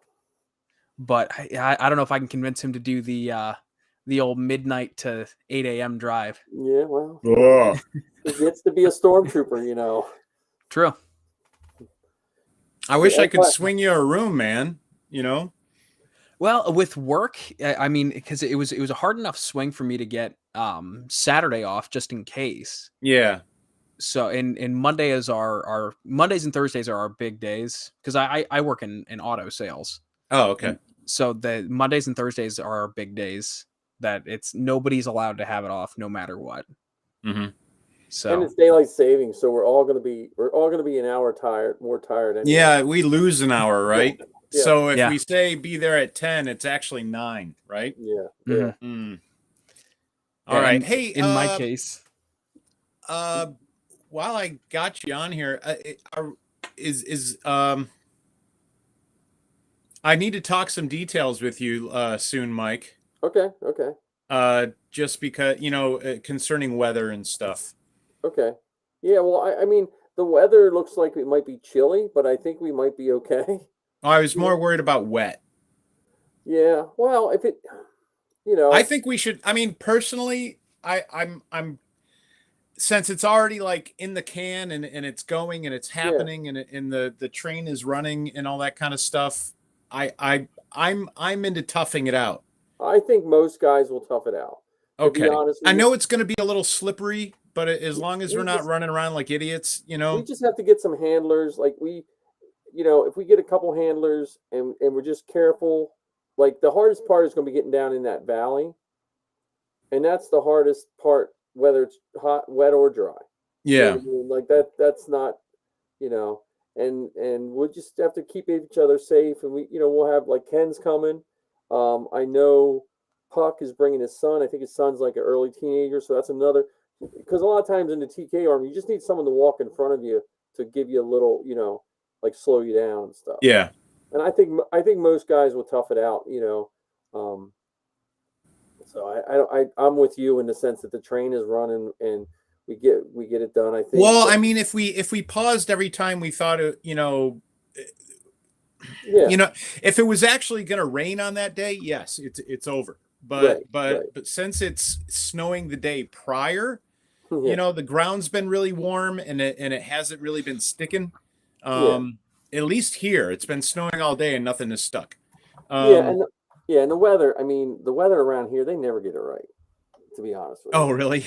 they, I mean, it can be snowing at my house, and my local weather will be telling me it's sunny. So I'm not. Oh, okay. I'm not 100%. Lancaster County weather is not the best. It's like Florida. Raining here, it's fine here. Yeah. Raining here, fine here. And if you look at the forecast too, like I replied to Bob's question on there. It's all supposed to be Friday night into the maybe early afternoon on Saturday. Right. Oh, right. Okay. That should be fine. Yeah. I'm insured. So those that are listening, we're talking about the movie shoot that we're doing Saturday. So if anyone has Star Wars armor and wants to, stormtrooper armor, and you don't mind being a little chilly, then let me know. Wear extra long johns, people. Yeah. If you don't want to wear them, just bring them with you. $7 at Walmart for a full set. There you go. But if you're cold and hungry, it's on you. Yeah, well, again, I mean, everyone had a good day. And I would strongly advise anyone that has Star Wars armor that does all the charity work, do a fan film too, because for as tired and as much pain I was in from standing in that armor all day, that was a fun day. Yeah, making stuff is fun, Yeah. and when it comes out and everything, when you do troops and stuff like that, and you see kids and stuff, they'll say, well, what movie are you in? Well, there you go. This one, Yeah. So and plus, you'll go to all the cons that it's in and the film festivals, and you'll have your own copy to do with whatever you want with it, I guess. Show it to your friends. I don't know. Well, I'm telling you, you got it. So the theater near us, you can rent a theater. No, we'll be doing that too. Because that's like $200 gets you, if it's a weeknight, it's $200 gets you 3 hours. And I'm sure John could find a theater near him that we could do that too. Yeah. And invite the guys at the dealership or something. Yeah, there you go. Well, we could. The nice thing about that is you could have a whole film festival of your other films leading up to it. See, you're always thinking, Mike. I try, but I mean, you really do come up with some pretty good ideas. I went into the wrong business. When I was in high school and told people I wanted to be a filmmaker, I literally got laughed out of the guidance counselor's office. Oh no! And my mom and stepdad, as they were putting their joints out, No, I had no support whatsoever, and I didn't join the club. Yeah. I didn't have the fortitude or the wherewithal to pursue that, so I just gave up. Like I used to make films on 8mm, silent 8mm, and I just gave up. And then when my girls showed interest, I was like, you know what? I'm going to do everything possible to make sure they get to do what they want to do, no matter what my preconceived notions or worries are. Yeah. No, well, I mean, I didn't know you had that kind of interest. We'll get you doing more. I'm not kidding. I taught film to my middle school students. We needed to do a club, so I taught them. The AFI? Is it AFI? Mm-hmm. used to make a lesson book. So I adapted it down to 6th, 7th, and 8th grade, and I would teach my students film. As best I could with what we had. We were scrounging for cameras and stuff like that, but we had a blast. Yeah, and now they're easy to come by. Back in that, a few years ago, not so much. Yeah. Because what we're shooting on now was $100,000 a couple of years ago. Now it's not. Well, even with what for at the school level, what kids can do on a phone. I didn't have that access to technology like 8 years ago. No, you did not. Yeah, and I mean having the tools are great, but if you don't have a story to tell, right? Then you just end up shooting a bunch of silliness or stuff that doesn't make sense. But you don't really figure that out until you do it a few times and screw up. I mean, a lot of filmmaking is screwing up and not screwing up next time. Right. Well, and I know when Zoe went to Temple, so their film program. They believe that every person should have a chance to do what they want, and so they didn't require portfolios because they didn't want to limit the kids who went to schools that had no film program, and so that's how she just had to write an essay and stuff like that. But she's more of the behind the camera person like me, and you've got Safi in front of the camera, which I have no clue how you achieve that because I put her in an outfit and said, "Go stand over there." So, and then is she going to be with us on Saturday? Sunday, maybe Sunday. If you need her Saturday, I can bring her. I'll check with her. She's on spring break, and but I will check with her and see.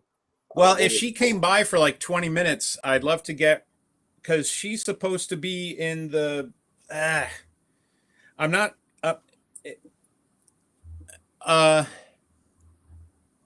I was gonna have her in the shuttle, but then she's in some of the shots in the battle and stuff like that. So that kind of leaves her.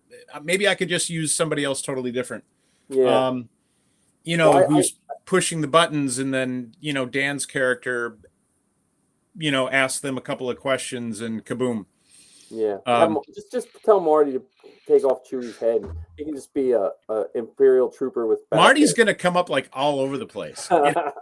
He's gonna be that guy. He'll be like a rebel soldier later on. Well, I'm telling you, Marty's one of the people when it comes to getting stuff done. He's the one that keeps me on track.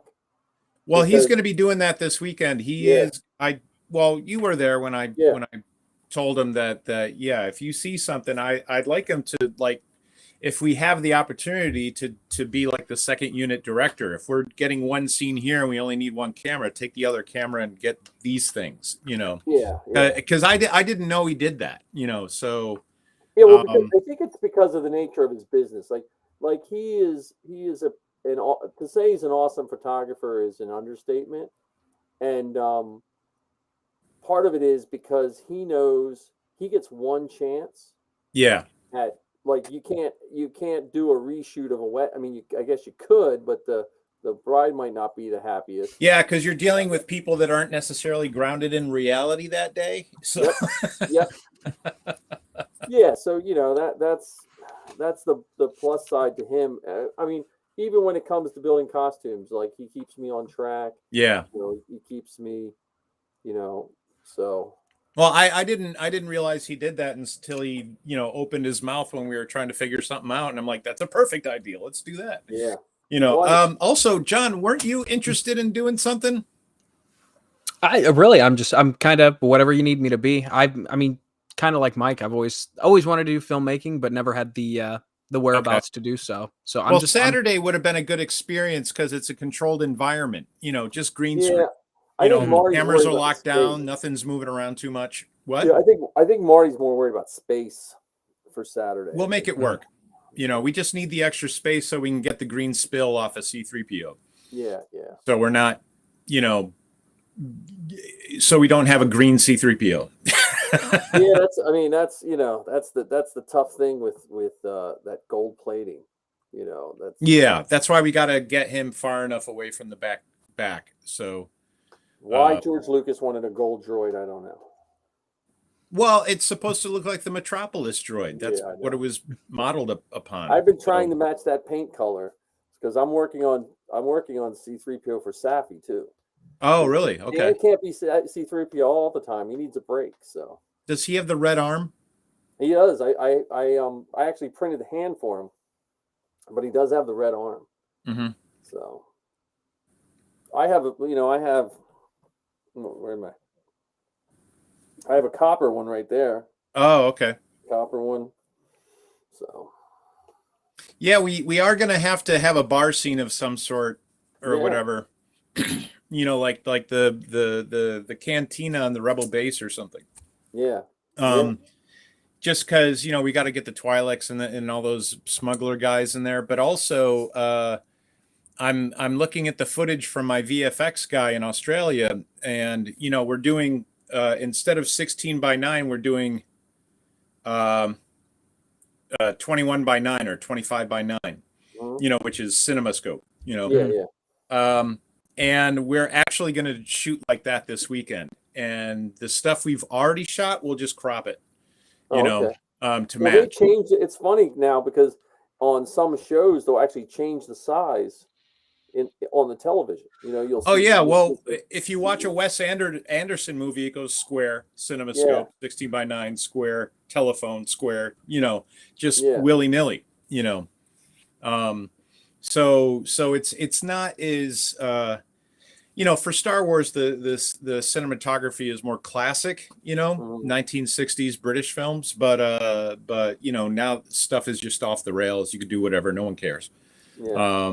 But I want to play it serious. I want to, Yeah. that's why all the jokes are stuff they would say. It's not necessarily doing like American poop, fart humor or anything like that, just because it doesn't work. George Lucas tried that in the prequels, and well, and as much as they complained about George Lucas's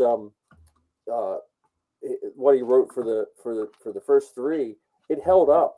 Like, like if you go too far to what is pop culture, you've instantly put an expiration date on your movie.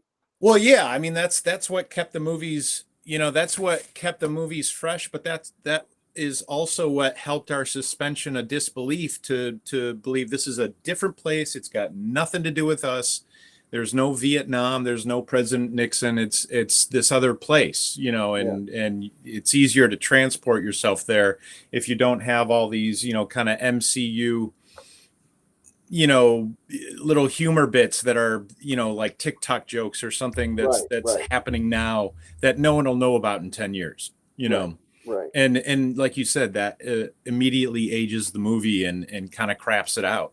Like a lot of these movies, that's all like cell phone and text, and like half the dialogue is done in between people, texting or something like that. That's not going to last.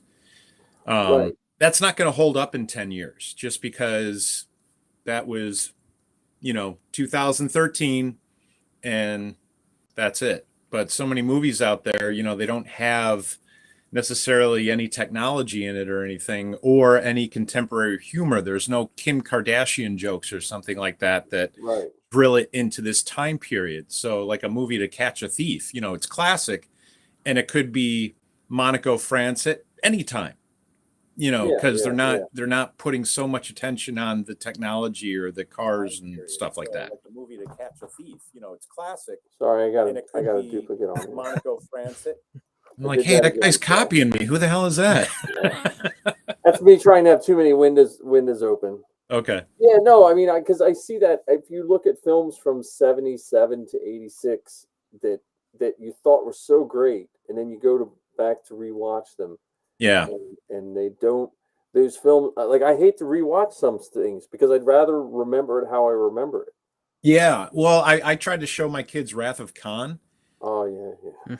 That did not age well. I mean, we didn't get past the first 10 minutes with the thing with the ears and everything like that, because it's terrifying, but the way it was done, it was kind of hokey. It was, it kind of felt like the Star Trek TV show from the 90s. Yep. Like you're expecting them to cut to commercial any second, and well, I tried Battlestar Galactica. So I loved Battlestar Galactica when I was a kid, and I tried rewatching it, and it was not great. No, Dukes of Hazzard. Same. I revisited Dukes of Hazzard when I was like 30. I loved that show when I was 12, and I would watch it, as much as I could, and then I revisited that. I'm like, oh my god, this is terrible. Like the walls are moving, and like when they walk out of a door or something like that, the wall goes gadoosh, because it's a set, and they're like, hey man, the wall moved. I don't care, Not to doesn't that guidance counselor have any more weed? So yeah, I don't know. I'm hoping. Well, I can't wait to see the movie done. So since we have you here, if everything goes well, what's your timeline for the movie? Well, our VFX guy in Australia. Oh man, I got to talk to him at 6 a.m. Damn it! That means I got to get up at 5. Don't do it next week. It'll be an hour earlier. Oh, hey. Well, because he has to go to bed at like 10 o'clock for work. Because he gets up at like 5 o'clock in the morning Australia time, and there's an 18-hour time difference. So I catch him before he goes to bed. But he's been, he made the decision. He's like, dude, we should go 25 by 1, CinemaScope. And so he had to rebuild all the crap on the sides, because it was 16 by 9, and now it's like this, and it's like night and day. So he's got like the first 5 minutes done. And this brought me to needing the the extra aliens and stuff, because there's the shots of the girls walking around Tatooine getting followed by the spy guy, and there's no one in the village. It's kind of depopulated. So I got to find. I might want some Tusken Raiders, a couple of smugglers, maybe people in robes, that kind of stuff, just to hang out. Because there's a couple like vendor carts and stuff like that you see in the, everything's kind of flapping in the wind, but it's empty. So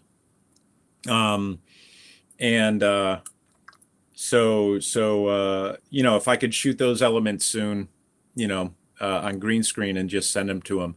But that's cranking along. Plus he's looking at I sent him the shot that we did on the hill where this shuttle is supposed to explode, and he's starting to work on that. Cool. So he's working on two things at the same time. So us getting this footage, it's, getting it out of the way before the girls age out, because I've been trying to get this off the ground for 3 years now, and because then the COVID thing happened, and that put the brakes on. 6 months out from COVID planning it, and then COVID hit, because I think the weekend we were going to do it was when all the lockdowns and shutdowns came. Yep, it was like the 23rd or something like that. Was it March? It was March, yeah. Because I got sick in March. Yeah.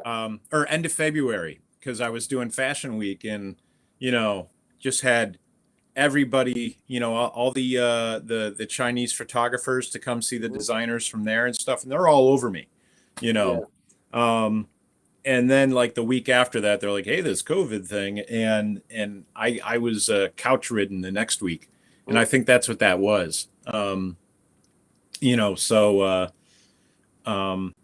I had some weird inner ear thing from it, like I got the spins one evening, and I had to go to the hospital, and so that had to be that. And the doctor was like, oh, you just got some extra snot on your ear ball, and but I was there, it was like the gin spins, after like 10 martinis, and the room won't stay still. An important lesson when you're young, you just need one or two. So yeah, I think that's what that was. But as far as this project, the episode 2 is way different, just because the original was just me and my kids in my attic screwing around, right. And then I'd get my neighbor to do a few lines and an actor friend to do a few lines, and then I'd have a cosplayer call me and said, hey, cosplayer so and so said you were doing this movie, can I be in it? Yeah, I'll come over to your house, bring my green screen sheet, and since you're wearing a helmet, I'll just have you walk around, do a few things, and you don't have to say anything, because we'll do that later. And all kinds of people came out of the woodwork, and so it went from a 6-minute project to show grandma to a 30-minute movie in the course of a couple of years. That's what's really cool. I mean, and I don't know if I've said this to you before, but like, we get asked a lot, but it never gets followed through on. Yeah. Like we get like tons of people, and then no one follows through. But I'm trying to think. I'm looking here when you stopped on Zoe's podcast. What year was that? That was a while ago. That had to be like 2017, 18, maybe. I'm trying to.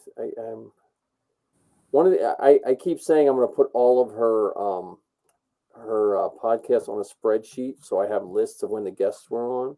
Mm-hmm. It never happened. I said that when she was on episode like 75, and she's on episode like 230. Oh my God.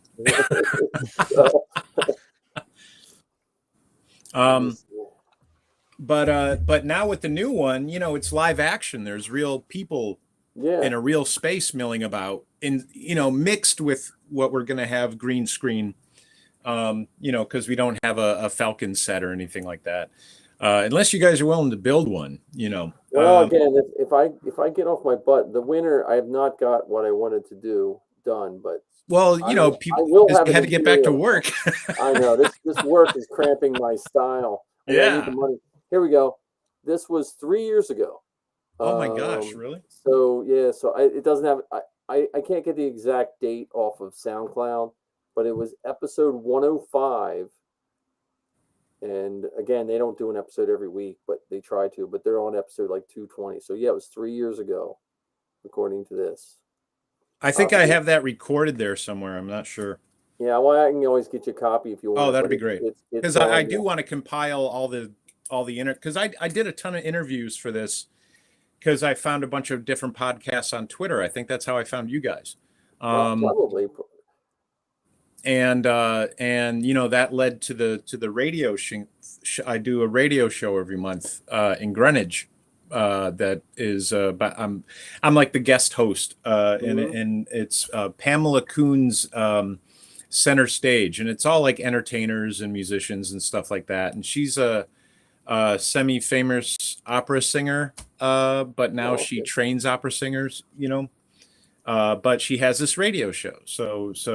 And she has, the love of film and entertainment and music, but then her big thing is Star Wars. And when she heard about me, because she interviewed my wife for Clay Art nonprofit she was working with, and then when she heard that I was doing this Han Solo thing, she had me on the show, and we just kind of hit it off. So she has me back like once or twice a month.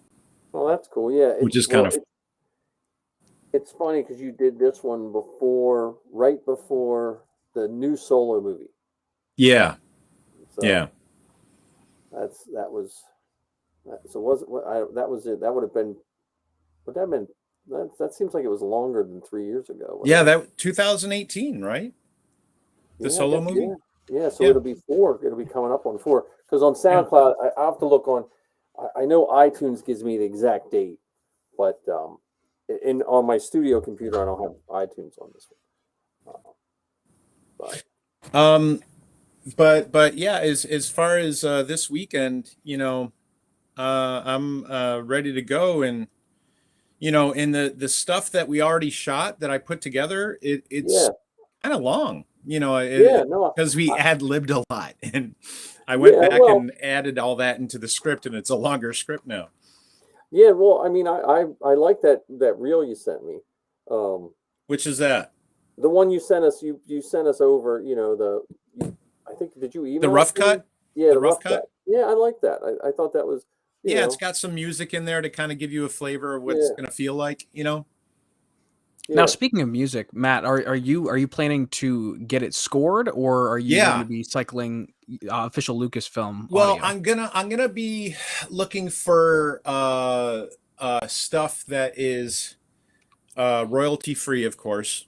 I'm not because for the first one I just lifted from The Empire Strikes Back and picked it apart and put it where I thought it worked, because I was really familiar with the score. But of course, the sticky wicket is that less people will see it because you can't put it in certain places because of the music that's on it. So I wanted to get an original composer, and I found a guy in Florida, or he found me, because he saw it and said, "Hey, I need a Han Solo voice for this project that we're doing." So I helped him out with that.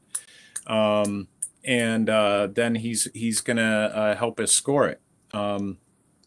He's in music school right now, and so he's got access to musicians and recording studios and all this crap.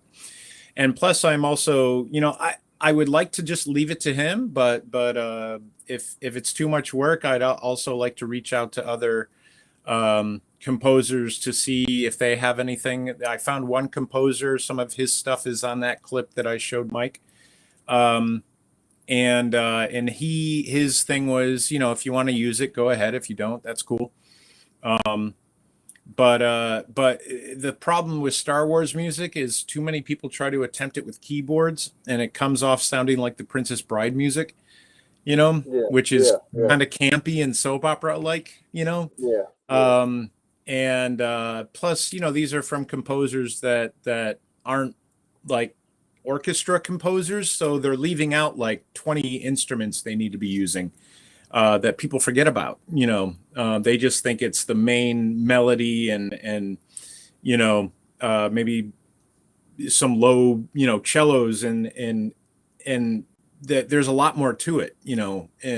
John Williams has like 88 instruments cranking at once. That's why you get so many cool nuances, and like the low bass section, going that you hear under the melody. You don't realize you're hearing it, but it's really important, to set the mood, because when you hear those low violins, oh shit, what's around the corner, or those low bass cellos and stuff like that, right? And or the light piccolos, that you hear, like that just do a tiny little thing, but it totally changes your mood on how you perceive what's happening. And that was the brilliance of George Lucas, wanting to harken back to a more classical era, when they did use big orchestras, because if they went for like a Blade Runner soundtrack or a Logan's Run kind of thing, where it's all a theremin going, woo, ooh, look, it's the future, woo, which is bullshit, because Star Wars, it's not in the future. It's in a galaxy far, far away, a long time ago, and all the shit is old. They've been flying around in ships for 10,000 years. It's very commonplace. It's like a horse, the fact that it floats, that it has anti-gravity. It's like a toaster. It's simple, right? You don't have your own anti-gravity car. Yeah, but in movies like Logan's Run, everything is seen as shiny and new and so modern, and it just comes off as stupid, which they shot in an abandoned mall in Texas, which is weird, but yeah, I know. May 3rd was the Star Wars Geek Girl episode. I looked it up on Apple Podcasts for you, Mike. Oh, when was it? May 3rd, 2018. May 3rd, 2018. There you go. A day that'll live in infamy. Well, that's because when we were planning this shoot last time, that coincided with when Lucasfilm came here. So Lucasfilm came here, and like 2 weeks later, we were doing yours, and they got here the Wednesday after they were here was when everything started closing down. Yeah. And that would have been great if we got something shot, just because I would have had something to do during the pandemic. True. What'd you do during the pandemic? Well, I made this freaking movie. How do you like that? Yeah. But I mean, maybe it's a good thing we waited. Who knows? But I'm glad we're doing it now, because like you said, a lot of people call you guys up and say, "Oh, we're going to do this movie. It's going to be great," and nothing happens because it's a pain in the butt. Oh yeah. Making movies is construction. I completely understand that part. That's what John and I were talking about earlier, though. It's like my next costume possibly might be a biker scout. Those are more comfortable. Yeah, they can sit down. If you go for Rebel Soldier, their stuff is really cushy looking. I like the Empire stuff. I really do like the Empire stuff. Yeah. But I don't like the TIE pilot. That's an uncomfortable. It doesn't seem like it would be uncomfortable, but because of the hoses, your head's locked in. Same with the Royal Guard. I know some friends that do Royal Guard, and that's a nightmare too, because you can't turn your head at all. No, you're basically window dressing. And depending on a couple of the guys, they have to modify their shoulder pads because it'll fall down on their shoulders and seal them off with no air. Oh, because you're in a big tube. So. Oh, we lost another Imperial Guard. Well, that's what that happened. I think he started wobbling, and someone came and picked his helmet off. So he ran big slits in his shoulder pads, so it wouldn't make like a perfect seal. Mm-hmm. So. What I'd like to do, and I already discussed this with you before, I think, but after this, there's those old World War II bunkers on the Jersey Shore. Yeah. And that's basically what they used in Force Awakens was, a old British weapons depot. Marty did a shoot there. Huh? Marty and Dan did a shoot there. Oh, really? Oh, okay. Yeah, because they have there's that. I don't know if is that no, that's not. That's in what's the one? There's another Cape May. But there's Cape May, but there's also one. Man, Cape. I think there's one up north. Like Tom's River or some garbage like. Well, that's where I think they went. But there's also Cape Henlopen is a park. I think it's in Delaware. They have the battlements that used to have the big cannons sticking out of them. Oh, okay. So I don't know what if you're allowed to film there or not because it's a park. I don't know how that works and stuff. Parks are usually cool. You just got to call the guys, and it depends on the manager's mood.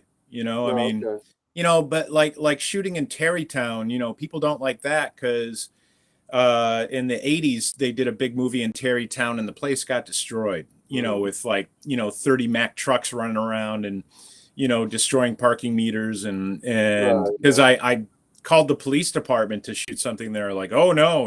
I'm like, no, it's just me with a camera, I swear to God. I remember when they filmed Witness. The Amish almost boycotted a bunch of stores because of that. Oh, really? The Amish were not happy with that movie. And the store where Harrison Ford goes to the phone booth and calls, that store almost went out of business because of that. Because they filmed, because the Amish were going to. It was an Amish grocery store. Yeah. My mom worked. That's how I met Harrison Ford. I got let in the back and got to meet Harrison Ford. Oh man, still jealous. You can still go to that phone booth. You could dress up like when you're in town. Where are you staying at this weekend? Same place. Where is it at? What's the name? The Comfort Inn in what's that town called on the river? Intercourse? No, Columbia. Columbia? Yeah.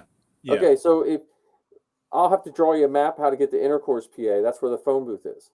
Oh, okay. You can just recreate him in the phone booth. Well, I got to get a haircut first, so that's true. and a straw hat. Then go beat up some townies. Yeah. It's funny. We don't have sheriffs like that. The railroad station in Lancaster is modern, so they had to go to the town of Parksburg.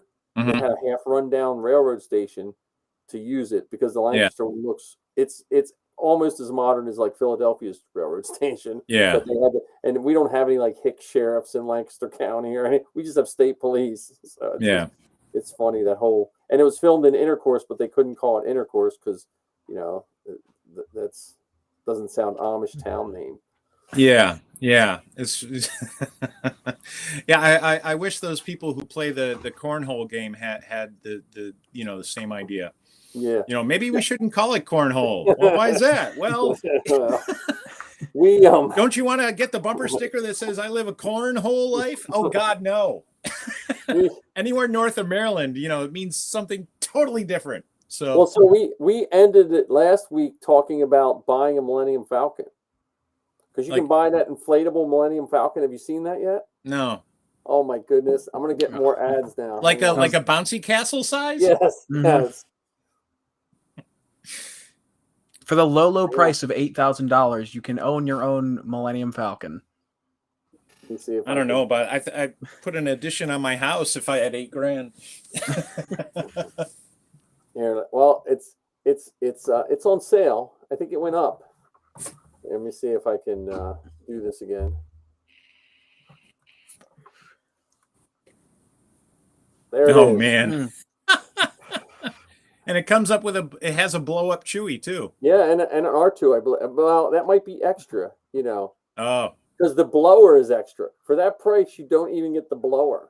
Man. Let me see.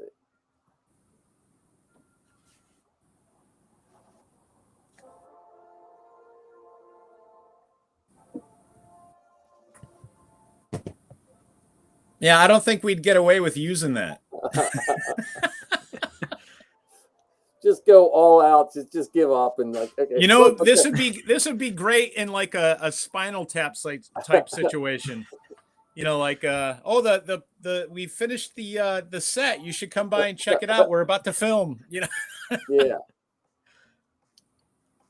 Where the actors think they're actually getting to a Millennium Falcon set, and it's this. It's like, what are you talking about? No, it's great. It looks real on camera. Don't worry.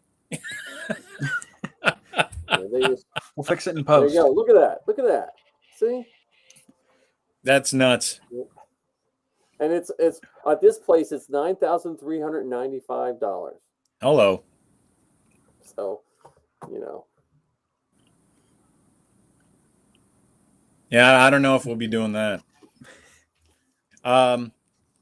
So anyway, so John, we're just gonna see you Sunday, right?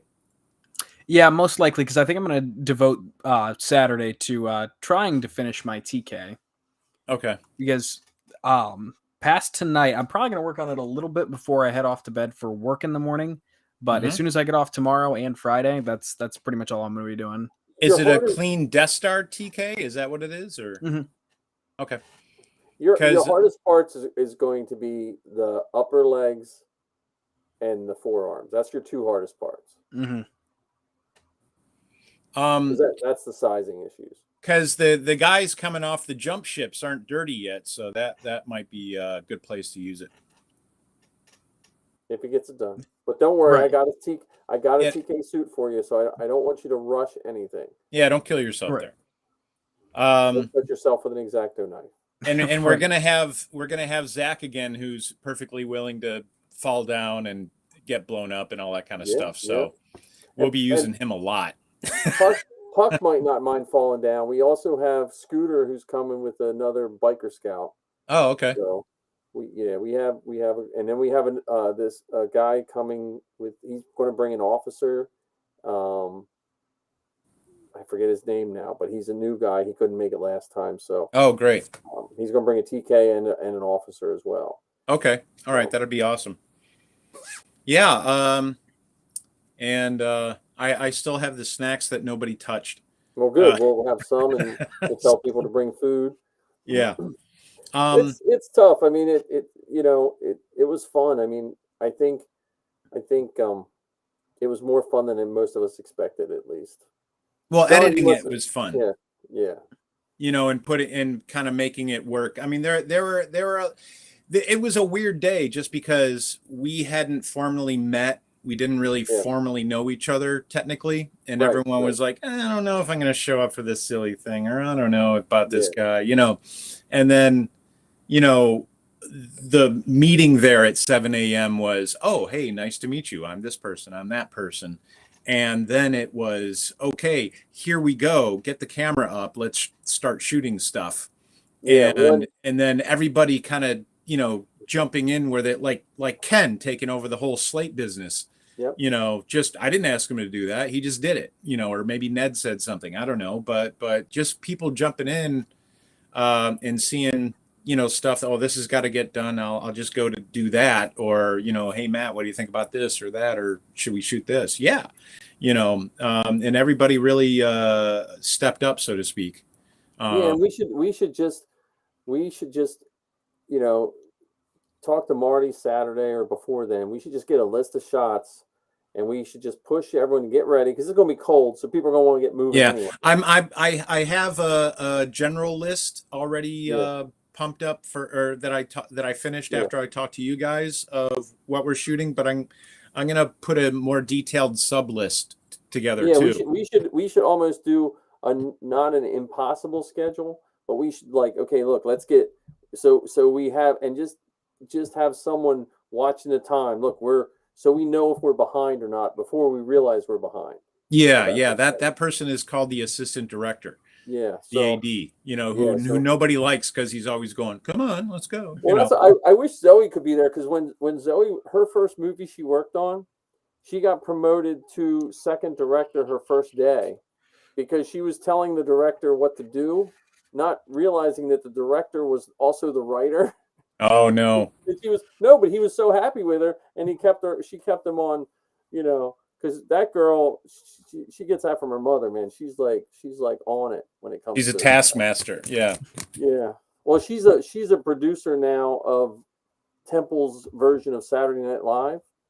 Wow. So she's the only one that I guess stayed. So she's one of the producers of the show. She's the executive producer. I called her producer, and she said, "No, I'm the exec."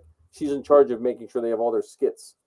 You know, I don't. Wow, that's pretty cool. And where does that air on, like, their local TV station? Temple. It's just on their Temple YouTube. I think they do like 3 episodes a semester.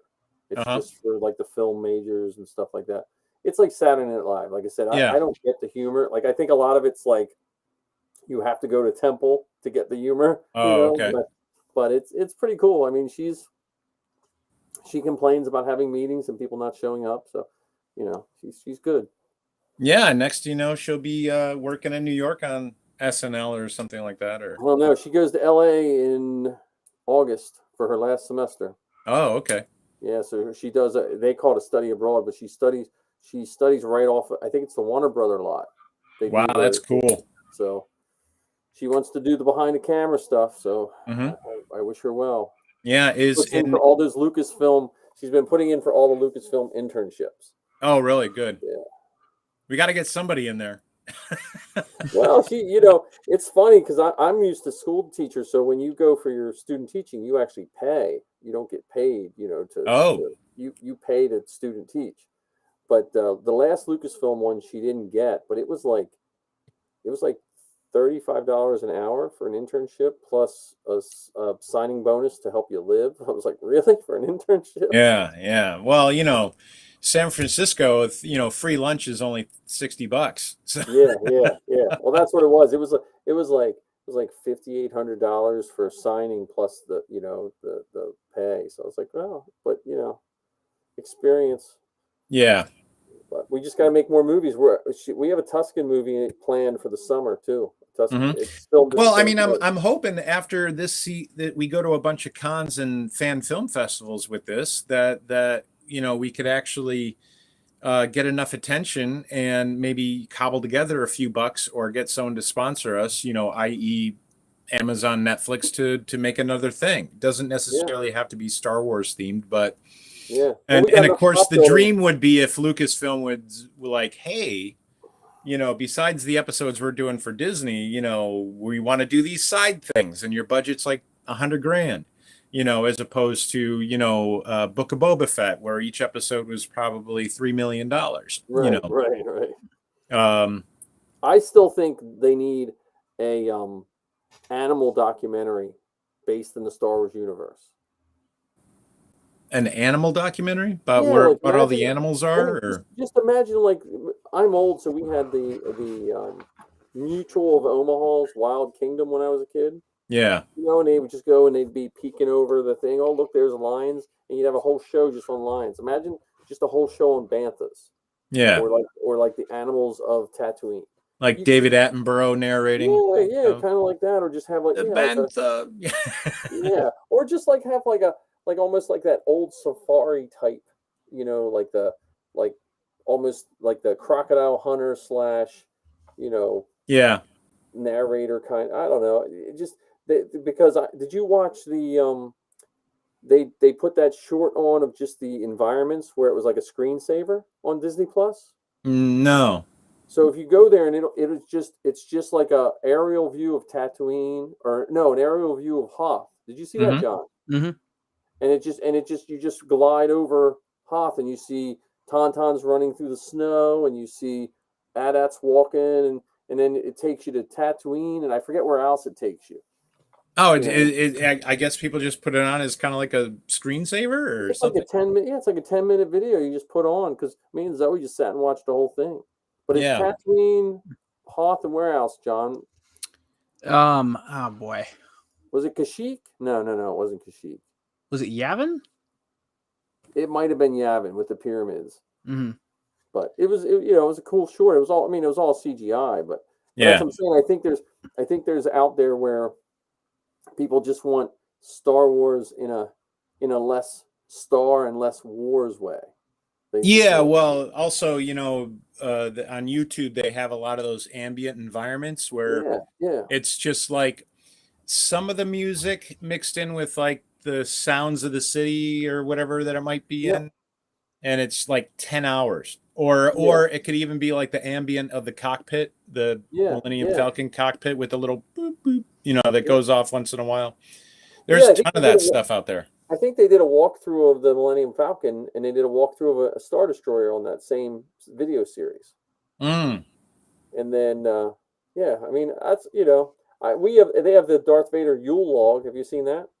Where Darth Vader's burning on that fire. You know, at the end of someone just made a loop of a Yule log. So Christmas, we put that on the TV as our Christmas log. It's just Darth. Oh, that's a little nuts. That's a little psycho. Yeah, Star Wars biomes. If you're if you're interested, biomes. That's it. Mm-hmm. Yeah, so that's if you get on Disney Plus, just look up Star Wars biomes. So John, Sunday, if Ned, our DP, will be there, and he's got gear coming out of his ears. So if you got any questions or you want to see something, or if you're not in uniform, I could put the boom mic in your hand and you could boom a scene, with the microphone kind of thing. If that's something you're interested in. Oh yeah, absolutely. If I don't know, I like being in front of the camera. I especially like being in armor. So Mike knows what I mean. Yeah. So no, yeah, I want you guys to like being in armor in front of the camera. That's the whole idea, Yeah, the November shoot. I mean, I'd be lying if I said it wasn't a top 5 life experience. No for shit, me of really? Just 100%. I mean, and this guy, I couldn't be happy till I was sure he was home alive. I didn't know you came all the way from Ohio. I was like, he came from where? What? No, I mean that's when stuff's clicking and you're feeling good about what you're doing, and then especially when you get to see the result, it all kind of makes sense and pays off and stuff, So, I mean, even if it's, simple as, I mean, hell, Daniel Craig played a stormtrooper. I mean, who doesn't want to do that? Though I wouldn't want to wear that armor. I've watched guys put that armor on. Oh my goodness. Yeah, the First Order TK? Yeah. Because it has, that chest plate is like magnetically held, and so it's not really firm. So if you move a certain way, the whole thing pops off. Oh, really? You got like a diaper like the clones and stuff. Well, plus, you got to be so skinny in that thing. You got to be on like the crystal meth diet plan or something. Yeah. The TK, you can jump up a little bit and you'll be fine. The guys coming off of the jump ships that I'm hoping to get, we'll use like a green screen behind them so we could build a ship around them and have the door come down and stuff. We could definitely use some shiny guys for that. Yeah, well, if John's done, that's good. And you also have Marcus. Marcus's armor is like pristine too. Yeah. And but if it's a little muddy out, it may not be pristine for long. But that's what battles are all about. Well, I don't think we're gonna have to worry about it mud as much because that limestone just kind of compacts. It being slippery could be I wouldn't say an issue, but it just we got to watch what we do. That's all. Yeah, we got to take it slow. Yeah. So that's all I got. I don't know what to talk about. I'm just trying to keep it all in my head. We've been doing this every Wednesday for I don't know why. I don't know how. It started as me testing this software for Zoe's podcast just to see how it works out. With the multiple guests and like we're learning to do different things. Like I can move people's pictures around, stuff like that. Oh, okay. And I can put you in here. So we're just kind of like learning to play. I don't like that one. There we go.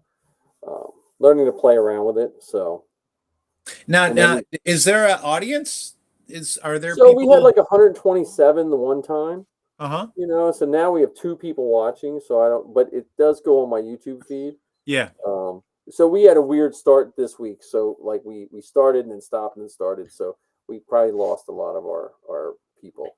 But, okay, well, I mean, if we wanted to, once we get some more stuff edited, and there's a guy that that I was talking to on Facebook. He's a special effects guy in LA, and I can't remember the name off the top of my head, but I was asking him like, hey, I got to do this shot with this shuttle blowing up, and I got a couple of ship models that my friend gave me, that has the LED lights and everything. And I was going to blow it up, because this is like before I found the guy in Australia. He was giving me tips on, what I could pack the thing with and all that stuff. And then I'd shoot it at like 120 frames a second. So it would, but because, I've been sitting on this script since like 2018, because that VFX guy I was talking to in Las Vegas was like, oh, I don't want to work on the thing that's already done. I want to work on something new. So why don't you write a new episode? And I'm like, Because all of a sudden my wheels are spinning. I'm like, what if, because plots in Star Warsville, especially when it concerns Han Solo and those guys, is pretty basic stuff. But as far as what they could get into and how that could go, as far as story plots are concerned, considering who they're surrounded by, so I mean, easy for me anyway, just because I'm familiar with the whole, I grew up with how that that kind of world works and who you might be dealing with and all that kind of stuff. But so, oh shoot, I forgot my point. Well, we were talking about doing this regularly. The other thing, no. I mean, I would get a trailer together because he's a guest at the Comic-Con in the Wicked Con or something like that in Colorado. Oh, okay. In April. And he's like, hey, I'm a guest, I'm doing a panel and stuff. If you want to give me a trailer or something, you want me to talk about it for a minute, Well, cool, so that's the start. That's that once people start talking about this stuff and they see a trailer or something that they like, I could use stuff from the first episode plus the stuff that we shot and make some kind of, Well, and what's nice with this software is I can then add it to your streams as well. Yeah, but we can show it here when we're talking about it too. Well, right. But I'm saying when we're talking here live, it can be streamed to your Facebook page live at the time we're doing it live. It can be okay. While we're doing it too, and then it remains on your Facebook page when you're done. Then there's a you build a whole show around it. Yeah. So, and I can have up to 10 people on this thing. Oh wow, that's cool. So, I'm also trying to get Justin to play the communications officer in the beginning. Oh, Justin Sonfeld. Yeah, and his wife. Yeah, because they got like 20 costumes, so they got to be able to. He's now the leader of the 501st. He might be busy. Huh? He was just elected the leader of the 501st. Oh, okay. No, I'm just saying, like so he's the leader of the worldwide 501st right now. No so shit. That. Okay. All right. Yeah. No. I mean, he won't be. It's not. But he's a good guy. I only know him from when I was building Safi's 000. Oh, okay. And then I know Jordan Hembrough. I'm friends with Jordan Hembrough, so that's kind of we're like friends by knowing the same person, kind of. Yeah. Well, I think he's in New Jersey somewhere, so I thought that would be.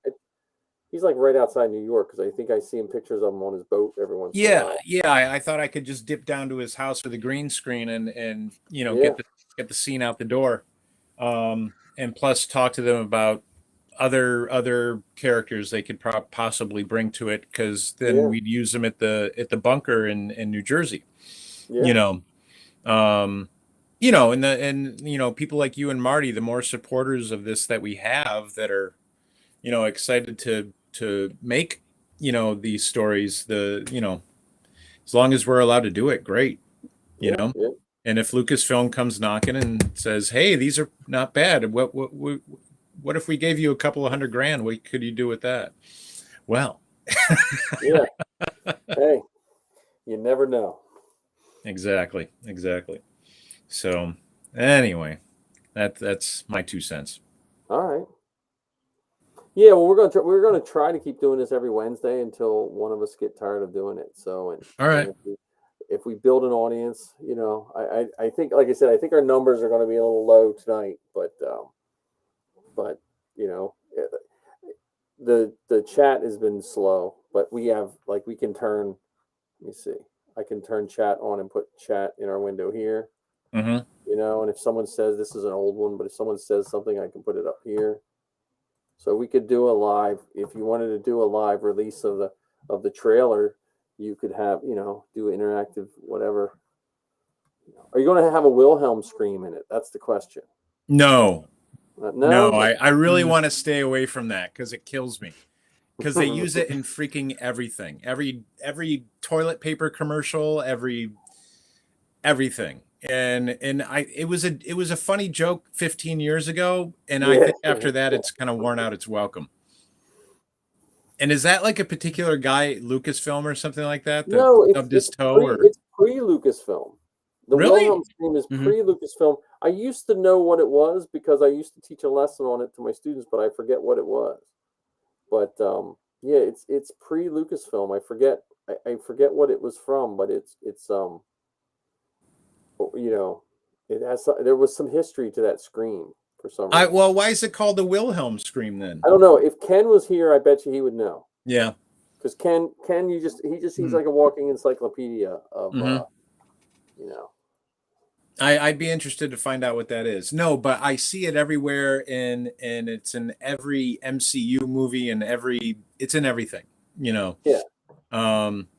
So I would like to avoid it if I can. Yeah, here, just this here says it's a stock sound effect that has been used in over 400 films and television shows and counting. That's yeah. Beginning in 1951. I'm just going by what Wikipedia says. Really?